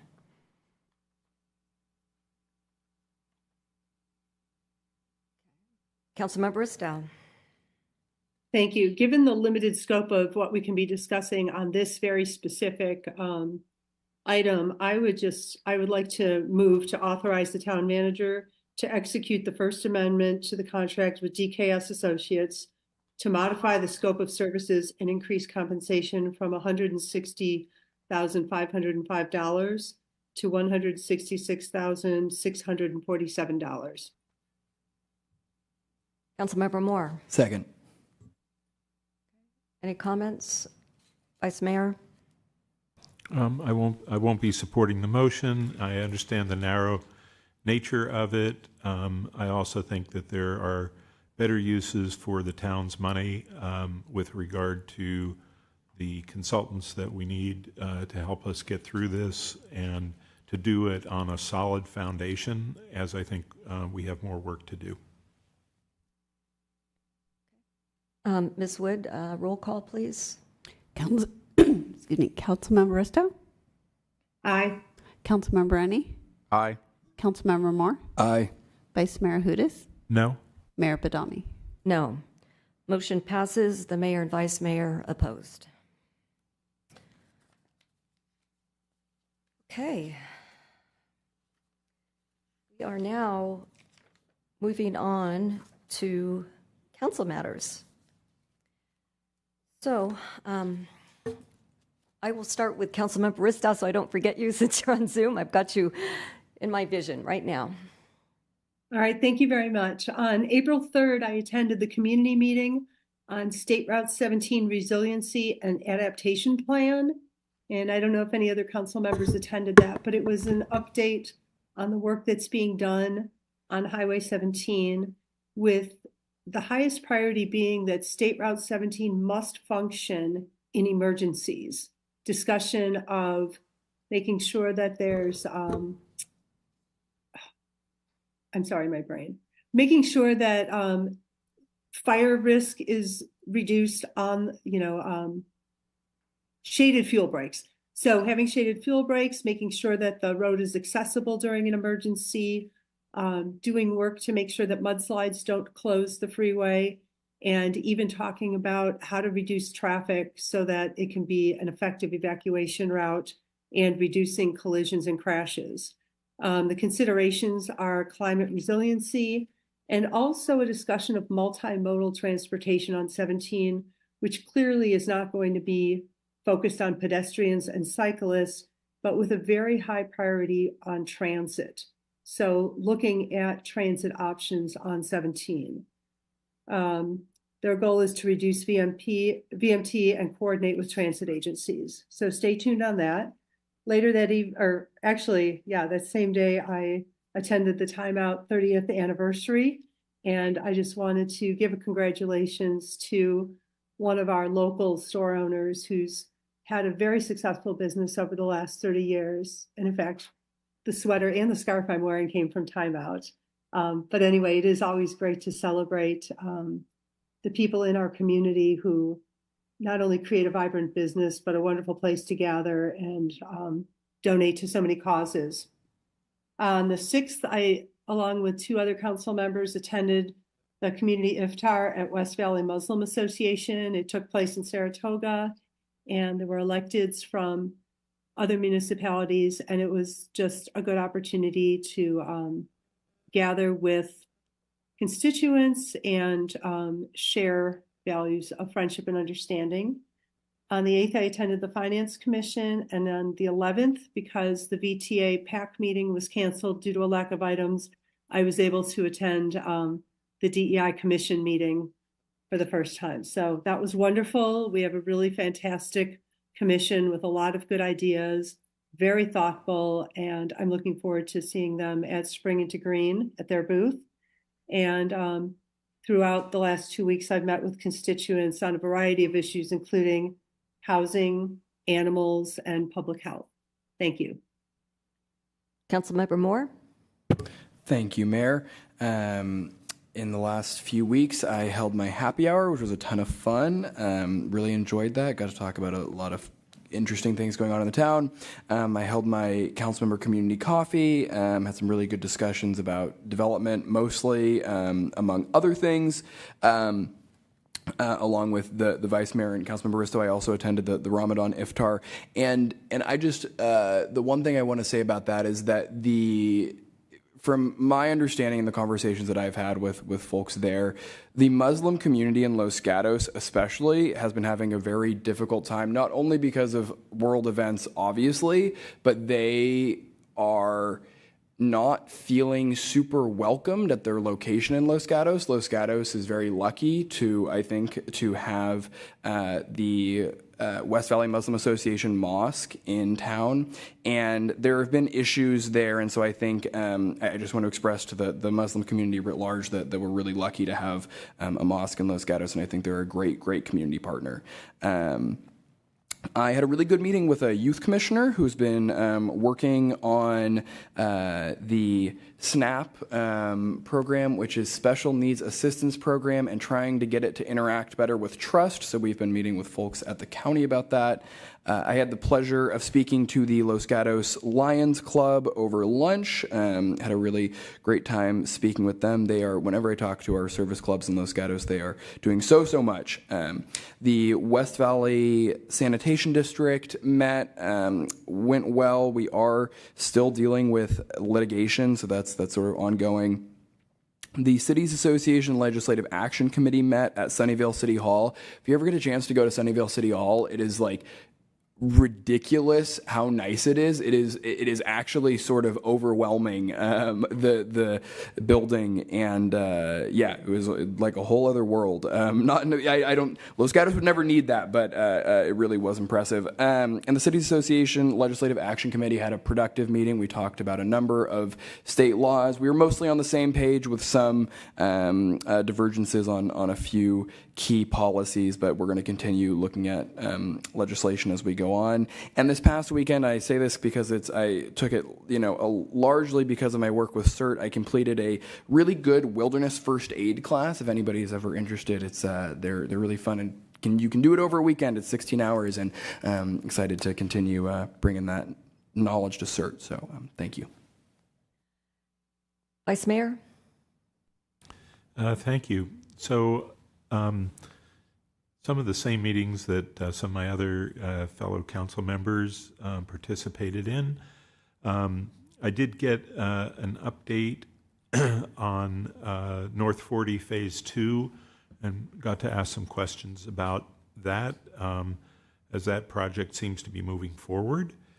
I participated in Los Gatos Thrive's executive committee meeting, and then I had the opportunity to attend two openings, or celebrations, the Timeout ribbon cutting and the Beauté Bar. These are not businesses that cultivate to me, that cultivate my business particularly, but I learned a lot, and I'm very appreciative of their longevity in town. Both of them have been longtime business owners and managed to figure out a way to make things work. And so it was really terrific to see their business up close. I also attended the community iftar. It was the first one that I've attended, and the community was very welcoming, and it was wonderful to understand a bit about the Ramadan holiday and how how it's a time of reflection. And I learned a lot and got to meet some new friends there. So 29th, I participated in the, the 16th, last week. I participated on the 8th in the Finance Commission meeting, and participated in a committee focused on the new community center that is getting underway, and we'll be doing quite a bit of community outreach on that. And then finally, I participated in the Cities Association Board of Directors, where we got an update on from the Silicon Valley Regional Interoperability Association, which is the communications between responders. And that infrastructure is world-class, but it's going to need an expensive upgrade, and they're going to be back asking for money in a stepwise fashion over the next few years. And so our contribution, which is proportional to our size, will need to step up to take care of the additional capital that's going to come our way from there. So busy time. Thank you. Councilmember Rennie. Thank you, Mayor. Since our last council meeting on April 3rd, I met with VTA staff for a briefing before the board meeting. I attended the board meeting on 4/4. Also on 4/4, I met with my Finance Commission appointee to brainstorm her ad hoc committee from the Finance Committee that she's doing. 4/6, I also attended the community iftar. 4/8, I met with the Silicon Valley Clean Energy CEO as a pre-board meeting prep. The board meeting for that was on the 10th, which mostly consisted of study sessions about our decarbonization programs and forecasting methodology. 4/8, I also attended the Finance Commission. And 4/10, I want to thank Councilmember Risto for attending the Water District Commission meeting for me in my place since I was unable to attend. 4/16, today I met with the Chamber Director for an update on what the Chamber's doing and their activities. Thank you. On April 4th, I had two back-to-back ribbon cuttings, the first being at Time Out on North Santa Cruz Ave, celebrating their 30th year in business, and the second one at the Butte Bar grand opening for personal care services at 191 Los Gatos, Saratoga Road. On April 5th, I participated in a meeting of the Housing and Community Advisory Committee held in the chambers of the Board of Supervisors. The committee recommended authorization of $4,030,692 in funding for housing and community development activities during fiscal year 2024 through 2025. The action will be forwarded to the Board of Supervisors for approval. On April 8th, I attended a meeting of the Finance Commission, and on April 9th, I met with the developer of the residential project located at the Marisu school site. On April 10th, I attended a quarterly meeting with the Chamber of Commerce. The director shared several exciting plans, events, and programs, kicking off with the upcoming Spring Wine Walk on Saturday. On April 15th, I met with the former mayor of Mountain View, Margaret Abe Koga, who is also running for county supervisor, but she wanted to learn more about the needs of Los Gatos. And on April 15th, I participated in a ceremonial acceptance of a $500 gift to the library from a 5th grade student named Bradley Hall. Interestingly, he was a contestant on a show called The No-Brainer Show, with the host and author who pays tribute to librarians. Our executive director, Ryan Baker, was present and also paid tribute to Brad with great pride. That's all I have. To our town manager, may we have a report from you? Thank you. On Sunday, April 21st, it is Spring into Green from 10 to 1 at Plaza Park. Please join us. We have lots of fun activities happening in addition to our weekly farmers market. And then we are recruiting for our youth commission. So as you talk with our youth, please encourage them to apply. Applications are due May 1st. Thank you so much. Thank you. And Ms. Whelan, do we have a closed session report? Yes, thank you. The Town Council met in closed session to discuss labor negotiations pursuant to Government Code Section 54957.6 and anticipated litigation pursuant to Government Code Section 54956.9. There is no reportable action. Thank you. This meeting is adjourned. Good night.